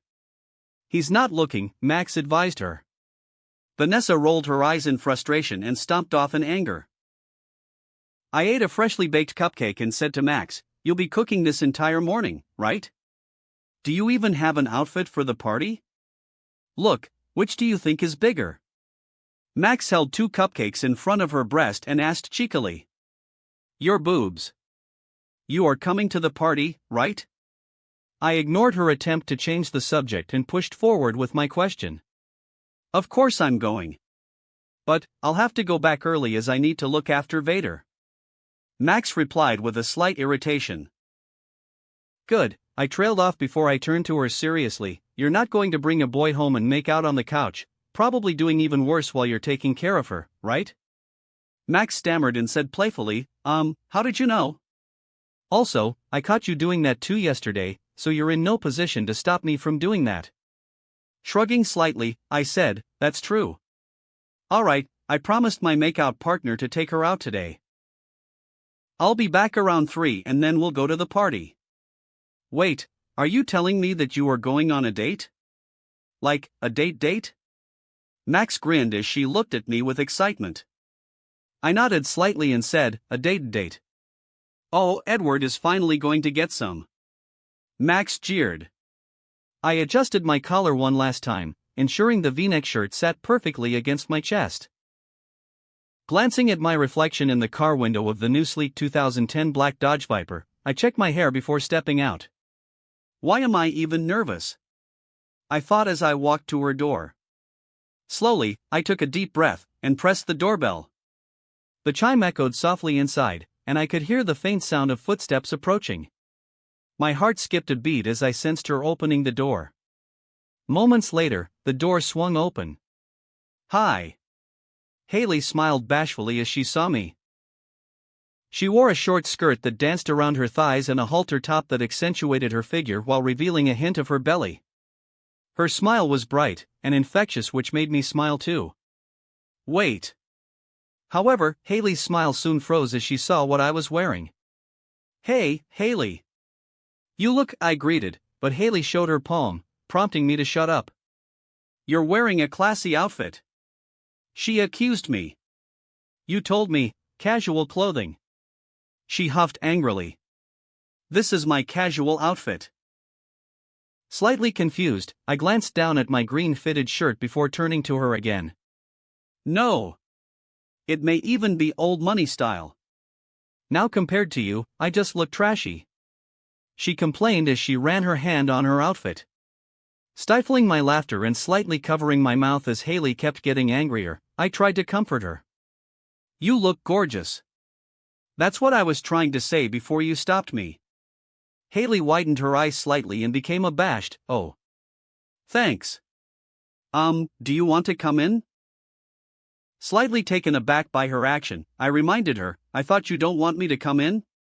That was before I needed to change my outfit again. Haley said as she directed me to her room while holding my hand. Haley paused slightly and whispered, I'll let you watch me change if you are patient about it. Who am I to rush a lady? I joked, following Haley obediently when Phil suddenly appeared in front of us, munching on a popsicle. Oh, hi, Edward, Phil greeted cheerfully. Haley froze, pulling her hand away from mine. Phil. Hi. What are you kids up to? He asked casually. Haley quickly replied, we're going shopping for the New Year's party. That's when I realized Phil didn't know about our date. Edward, are you going to wear a suit? He asked, still cheerful. Of course he will, Haley chimed in for me. But we don't have much time, so I'm going to change my top first. With that, she left me behind, darting off on her own. Why is she so jittery these days? Phil mumbled, glancing at Haley before turning to me. Do you know anything, Ed? Just then, I received a text from Pepper, reminding me to accept an award at the company building before heading to the party. Oh, it's Pepper. I need to take this. Looks like I'm getting an award, I said, pointing at my phone before he could ask more. Phil's face lit up. Another one? Oh my God. That's wonderful. You're amazing, Edward, you know that? The more he complimented me, the sharper the prick in my heart felt. I smiled wryly as he asked, "What award is it?" "I don't know yet. I'm finding out now." "Oh." Phil took a step back, urging me, "Well, what are you waiting for? Call him now." Haley returned within 5 minutes and we left the house in a hurry. Inside the car, Haley fluttered her eyes apologetically at me from the passenger seat and said, we did agree to keep it a secret." I nodded slightly and said, "Don't worry, I'm not mad." A bit disappointed, but not mad. "Don't use mom talk on me." Haley pouted, then quickly changed the subject. "Where are we going now?" "We're going to have lunch first," I replied. A silence fell between us, and then she suddenly confessed something. "I don't know why, but I'm feeling a lot of pressure right now to make it work," she said, a mischievous smile playing on her lips. Haley's commentary? "I couldn't sleep last night." "This didn't even happen when I went on my first date ever," she admitted with a strained smile. "I'm excited about it, but it's also making me really anxious." Commentary ends. "Yeah, I'm the same. I couldn't even sleep last night," I told her. She widened her eyes slightly and turned toward me. "Really?" "Yeah." I kept tossing and turning. Then a thought struck me. If we're both feeling pressured, maybe it's not a good idea to go through with this lunch date. Haley slumped in her seat, mumbling in disappointment, "Oh." I turned to her and suggested, "Maybe we should go to a batting cage instead? We can work off some of this nervous energy before lunch." "Yeah. We should go there." Her eyes lit up, excitement returning. But as I laughed at her, she suddenly became bashful, our eyes locking for a brief moment. "Don't look at me, look at the road. I don't want us to get into a car accident." She pushed my face to look forward. I grabbed her hand and held it along the way as we went to the batting cage. We had our short, yet great date before we went to the company building. I recorded the short speech thanking Billboard in my fans as I received an award. "Let's go to the party now," I said to Haley after I finished with the video. Chapter 325, New Year Party Concert Part 1. Edward POV. Ouch, Haley whined softly as she sat next to me in the car. "Does it still hurt?" I asked gently as I looked at her with concern. Haley pouted adorably, displaying her slightly reddish finger. "It does." A splinter had lodged itself in her finger while she seductively cradled the baseball bat at the batting cage. She placed it between her thighs at that time and moved her hips back and forth. It was lucky that no splinter was lodged there and only her finger was affected. "Blow on it again?" She batted her eyes at me, bringing her finger near my lips. I smiled, took her right hand in my left, and slowly blew on her finger as I drove up the hill. Behind us, Max and Vanessa were horrified, rendered speechless by our exaggerated, sexually charged, flirtatious antics during the drive. After just 5 minutes, they seemed at a loss for words and they just stared at us with disbelief. As soon as the car stopped, Vanessa and Max rushed out, eager to escape. I turned to call after them, but they were already gone. 30 guards, dressed in black suits, stood in front of the mansion as part of the security, and they made way for us. "See you inside, Ed," Vanessa said, her tone laced with embarrassment. Max grinned, joking, "Can you believe them?" Even I got turned on. "I think I'll have to make sure not to push down a waiter on the bed before the event starts." That's quite rude. They didn't even thank you, Haley grumbled, maintaining her adorable demeanor as we exited the car. Maybe they really needed to use the bathroom? I guess, then turned my attention back to Haley, ignoring the others. I still can't believe you managed to fit an entire dress inside your tiny purse, I marveled with some disbelief as she twirled playfully, showcasing her stunning outfit with a stunning smile. Her long, strapless black dress hugged her curves perfectly, the bow detail at her chest adding a touch of elegance while lifting her bosom. With each confident step in her black high heels, her hips swayed enticingly. Is this house similar to what yours is going to look like? Haley asked as we arrived at the venue. Her golden mascara highlighted her expressive eyes, her face framed by her wavy brown locks, her dark red lipstick completed the sultry look. Haley's mole in the upper right lip added on to her appearance tonight. It does a little bit, I said as I stood next to her and raised my hand slightly. Shall we go inside, milady? Yes, my prince, she added gleefully before she took my arm. The gentleman offers his arm, the right one to be specific, with the elbow bent. The lady then delicately puts her hand under his arm and curls the hand back over it. We entered the mansion acting as if we were the owner of the place. As we walked by, some of the staff actually stopped what they were doing and waved. We didn't spend much time indoor and walked straight away to the outdoor area. At around 3 p.m., the outdoor dining area was a serene blend of rustic charm and sophisticated elegance, softly illuminated by the afternoon sun. A classical musician played gentle instrumental pieces, creating a soothing backdrop as a handful of early guests mingled, sipping on champagne and enjoying light hors d'oeuvres. There were already a lot of people there, standing at the standing desk, drinking champagne and talking with each other while in a good mood. The neatly arranged tables, adorned with white linens and delicate floral centerpieces. Staff members moved among the guests, making last-minute adjustments and preparing for the party. Pepper. I waved to him as he was directing some people. His face brightened when he saw me, but traces of concern and tiredness lingered. Edward. You're early. Why? Why are you here early? I was slightly taken aback by his sudden questions, especially when he grabbed both of my biceps and shook me slightly. Also, Haley, dear, amazing dress. You look incredibly stunning. He turned to her with a smile. Haley giggled and replied, thank you. Ed bought it for me. Is there something wrong with coming early? I asked hesitantly, forcing an awkward smile.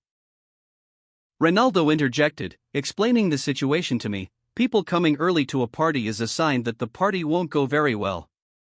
Only losers will come to a party early. The programmers and other employees who were within earshot were startled and they lowered their heads in depression.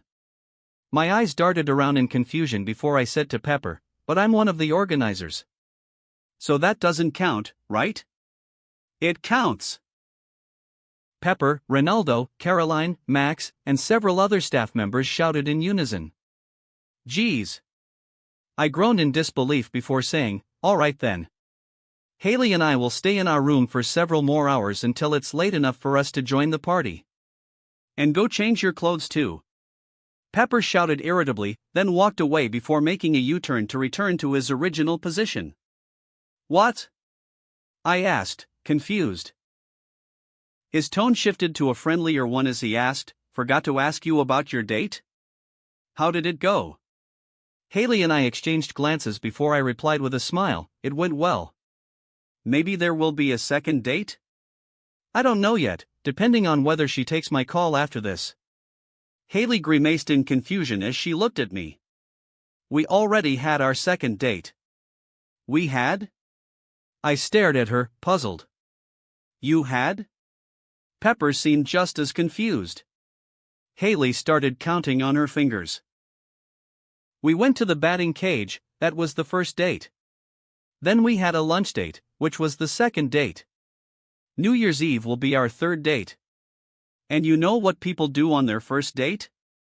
She looked at me suggestively. Learn math again so we can count properly? I teased. Pepper chimed in, oh girl, you're thirsty. A little advice, don't seem too desperate. It'll give him all the power. Haley looked startled and hesitantly glanced at me before whispering to Pepper, "Did I seem that desperate?" "Peps, I have something for the party in my car." I quickly changed the subject. Pepper turned to me slowly and asked, "What is it?" "My last bottles of Euphoria," I said casually. "Offer them to the VIPs." Pepper nodded in understanding. "All right. Give it to one of the staff, you there, waiter." He called out to a blonde waitress who, by sheer coincidence, was the disguised agent Sarah Walker. Sarah looked startled and approached us casually, maintaining her persona. "What can I do for you, sir?" she asked politely, casting a wary glance at me. I didn't intend to expose her disguise, however, someone else knew about her. Haley scrutinized Sarah's face with narrowed eyes before she guessed, "Wait. Aren't you the frozen yogurt vendor/CIA agent who broke into Edward's house before?" "What?" Pepper exclaimed, stepping back and hiding me behind his body. "Security," he yelled. Mr. Saltzman," Sarah started to explain, but I spoke for her. "Peps, I told her to come here." "It's fine." "Hey, Chuck is here too." Haley waved innocently at Chuck while a security member tried to encircle us. I stopped them immediately and said, "Everyone, stand down." "It's fine. It's just a joke." With a heavy sigh, I turned to Pepper and said, "She's not a bad guy." "Calm down, Pepper. You look like a scared chihuahua, shivering all over." After I explained the situation to Pepper, he finally relaxed and agreed to turn a blind eye to the agents working undercover. For one thing, they would perform more skillfully than everyone else, so Pepper decided to use them to the fullest while only paying them minimum wage for their efforts. "Here is your room." Caroline grinned widely as she led both Haley and me to the master bedroom. Max followed along, her eyes widening in amazement as she took in the grandeur of the space. "This room is bigger than my entire apartment." She walked inside first before me and her eyes sparkled with excitement as she began to run around the room, bringing Vader with her. The master bedroom was a stunning blend of Victorian elegance and modern luxury. Ornate moldings adorned the high ceilings, and rich, dark wood furniture complemented the lush, deep red drapes that framed the tall windows. On top of the bed, a huge painting of an old man with a handlebar mustache dressed in Victorian-era dress was hung. It was creepy. "Look! There's a jacuzzi in the middle of the living room too," Haley exclaimed, pointing excitedly at the heart-shaped jacuzzi situated against a backdrop of intricate stained glass windows. Max dashed toward the bathroom and gasped, "Oh no way! They even have a sauna inside the room." I call first dibs. Caroline laughed giddily and said, "Yeah, it's amazing, right?" The mansion was featured once in Architectural Digest, and I have a connection with the owner. He's a flirty old man who wants to make me his ninth wife now that I lost all my wealth, but we'll get there when we get there. I nodded slightly, my eyes wandering across the room as I commented to Caroline, "That is one way to get your status back." "He's 94 years old," Caroline muttered with an awkward smile. "And he has dementia. I mean, it won't be that bad. I don't think he can even, get his dick up anymore." Max added with a teasing laugh. "And he's into you, Caroline. Based on your dry spell for the last couple of months and the skyrocketing water bill for our apartment, can you really afford to be picky?" Max insinuated, elbowing Caroline playfully and cackling as she did. Caroline turned red and bashful, stammering slightly as she turned to me, trying to defend herself. "There's a leak in the shower pipes, that's why the bills were so high." "Oh, is that what happened?" I pretended to just now understand. "I thought you were masturbating," which I realize might be presumptuous of me to assume, although enjoyable to imagine. I added, causing Caroline to look flabbergasted. "She definitely was," Max corrected me, smirking. "No doubt about it." Haley nodded in agreement. Stop." Caroline whined, quickly changing the subject. "Fashion team, you can come in now." Hurry, the last word was a whispered plea, which made me burst out laughing. Several men and women dressed in fashionable attire entered the room, pushing racks filled with various expensive outfits. Haley's eyes glittered as she took in the array of evening gowns and sophisticated attire displayed on the racks. Wait. Ed, what is this? Is this what Pepper prepared for me? I asked, disbelief evident in my tone. How many outfits are there? 200, Caroline tried to recall, but a sharply dressed man interjected, 367. Hi, nice to meet you. My name is Jeremy. Hi. Ed Ward.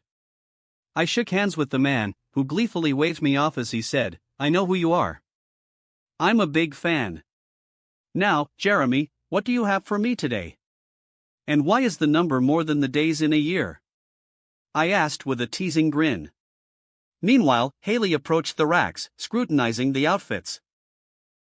Jeremy replied ceremoniously, the fashion department has put together 350 options for your image, however, 17 more were sent over by some of LA's most prestigious fashion designers, Rick Owens, Jeremy Scott, Gavin Sinclair, Redarte, etc. I guess the other 14 weren't famous enough for you to mention, I joked.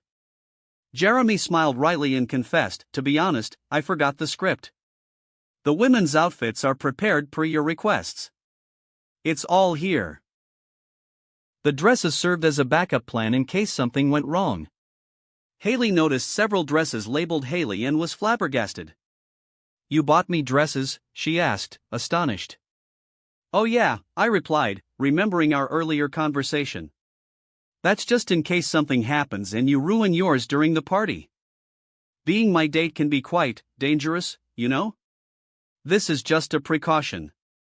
Haley smiled and returned to the clothes, exclaiming, oh my god, it's so cute. As she picked up a vibrant green dress. Jeremy continued explaining the clothing options. Maybe we could do an image revamp with more bold, playful designs, like this one. He pulled out a suit featuring a swan's head on the left shoulder and swim floats around the waist, earning a look of disgust from me. This is a joke, right? I glared at Jeremy, making him sweat nervously. No, this is an actual suit sent by the designer to. His sentence was abruptly interrupted. Hey!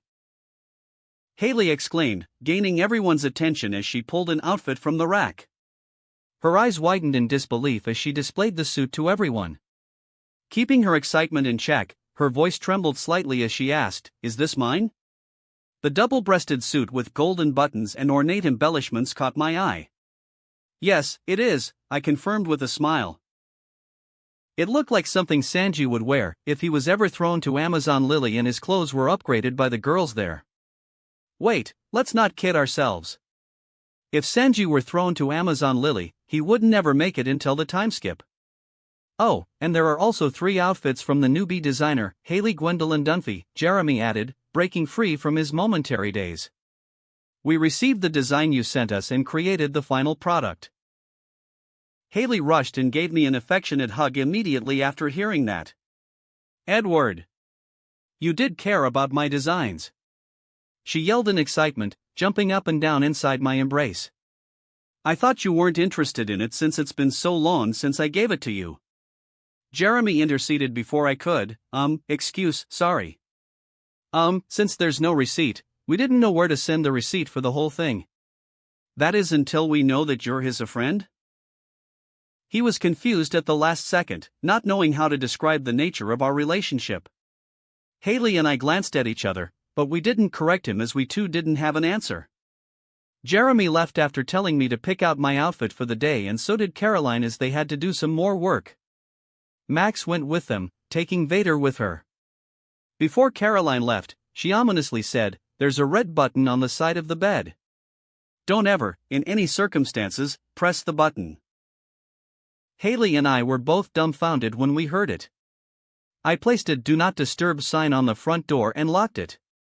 It wasn't for anything, I just don't want anyone to get in while I was changing my clothes. We have 6 hours to kill before the party. I could even take a nap. Haley pretended to be tired and sat on the bed.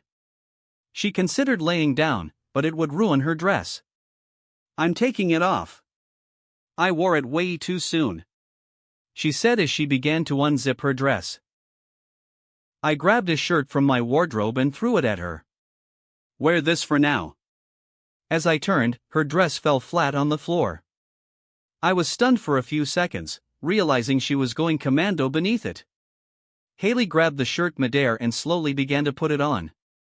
When she was finished, she turned to me with a teasing smile and asked, "What?" "Nothing. Just that the shirt is also quite see-through." I grinned before shifting my attention to the rack of clothing. "I'll give you the job of picking my outfits for the day, one for the concert and one for the party," I told her as she slipped a bathrobe over her shirt. "And what will I get?" "If it's just your gratitude, then I'm not interested," she joked. I sat down on the bed next to her to rest for a bit. Then, we both glanced at the big red button at the same time. "Is it wrong for me to want to push that button?" Haley asked. "No, I feel the same impulse." If Caroline hadn't said anything, I wouldn't even care about it, but right now, it's all I can think about, I replied. Haley began to speculate about what the button might do. "Maybe we're supposed to lie on the bed and push it, and then the bed will drop, revealing a hidden panic room." "If it's a panic room, I doubt Caroline wouldn't tell us about it." "No, I think it's far worse than that." "Maybe it'll launch us out of the room?" I guessed. "Ooh. Like a catapult?" Haley exclaimed excitedly. "Or maybe it'll suck us into the wall, like into a secret vacuum tunnel that shoots us out of the house," she added. "The roof could open, and we'd be abducted by aliens for probing," I joked. Haley laughed and then said, "Maybe a butler will come out from the walls." "We'd gain $10 million but lose 10 years of our lifespan," I guessed, posing like Rodin's thinker. "Fireworks?" Haley suggested, her excitement growing. "Launching a nuclear missile. Reviving Abraham Lincoln. Creating a zombie apocalypse." We stared at each other, trying to hold back our laughter. Suddenly, Haley said, "Too bad we're never going to find out." Without saying anything, I pressed the button. Beep. A beeping sound echoed as the blinds fell, plunging the room into pitch blackness. A deep, bassy voice came through the speakers, "OHA baby." Sultry background music played, blue lights illuminated the room, and the jacuzzi turned on by itself, spotlight shining down on it. "Oh, baby," the voice sang again. The ceiling opened, and over 1,000 condoms of various colors rained down from the hole. Haley and I jumped up from the bed, staring in disbelief at the chaos unfolding. "This is way worse than what we guessed," I commented. "It's not too bad." Before Haley could finish, the nightstand lifted as if it were an elevator, revealing a hidden compartment filled with sex toys, whips, gag balls, dildos, and an enormous supply of lubes and baby oils. "It is worse," Haley immediately agreed with me. Although it was gross, the whole thing felt like a bizarre joke. Or so we thought. Suddenly, a projector lit up, casting a video onto the wall. It was the 94-year-old Mr. Rosenblatt, who began his recording by asking, "Is this thing on?" He took a few steps back, revealing himself in leather boots and leather underwear, holding a whip in one hand while remaining topless. "Close it. Ed. Close it now." Haley stammered anxiously. I grabbed a nearby vase and hurled it at the projector. EWWW gross. Haley curled her fingers together as she cringed. "I think washing our eyes for an hour is enough, right?" I asked Haley as we changed into a smaller room, devoid of any extra entertainment. Haley grumbled, "We need holy water." I still feel unclean. Time passed as we hung out in the room. The party started at 9 in the evening, but Pepper wouldn't let me make an appearance until 10. It was now 8:30 p.m., and many guests had already arrived, making the entire outdoor area packed. Jenna, Jacob, Enid, Alex, Phineas, Billy, Elsa, and Abraham were all here with their respective guardians, and we gathered together in the lounge area as we waited for the concert to start. As I was shooting pool with Jacob, Vanessa quietly approached me. "Edward, can we speak in private?" she asked, her face a little pale. I was taken aback when I saw her and then agreed to her request. "Yeah. Let's talk." That wraps up this part of What If Karmic Gacha System in Modern Family World. Thanks so much for listening. As always, new parts drop every 4 days, so be sure to stay tuned. Also check out my Patreon channel for early releases of all the series, where you can find all the series released one day ahead of YouTube. If you enjoyed the video, don't forget to like, subscribe, share it with your friends, and please consider supporting the original author as well. See you in the next one.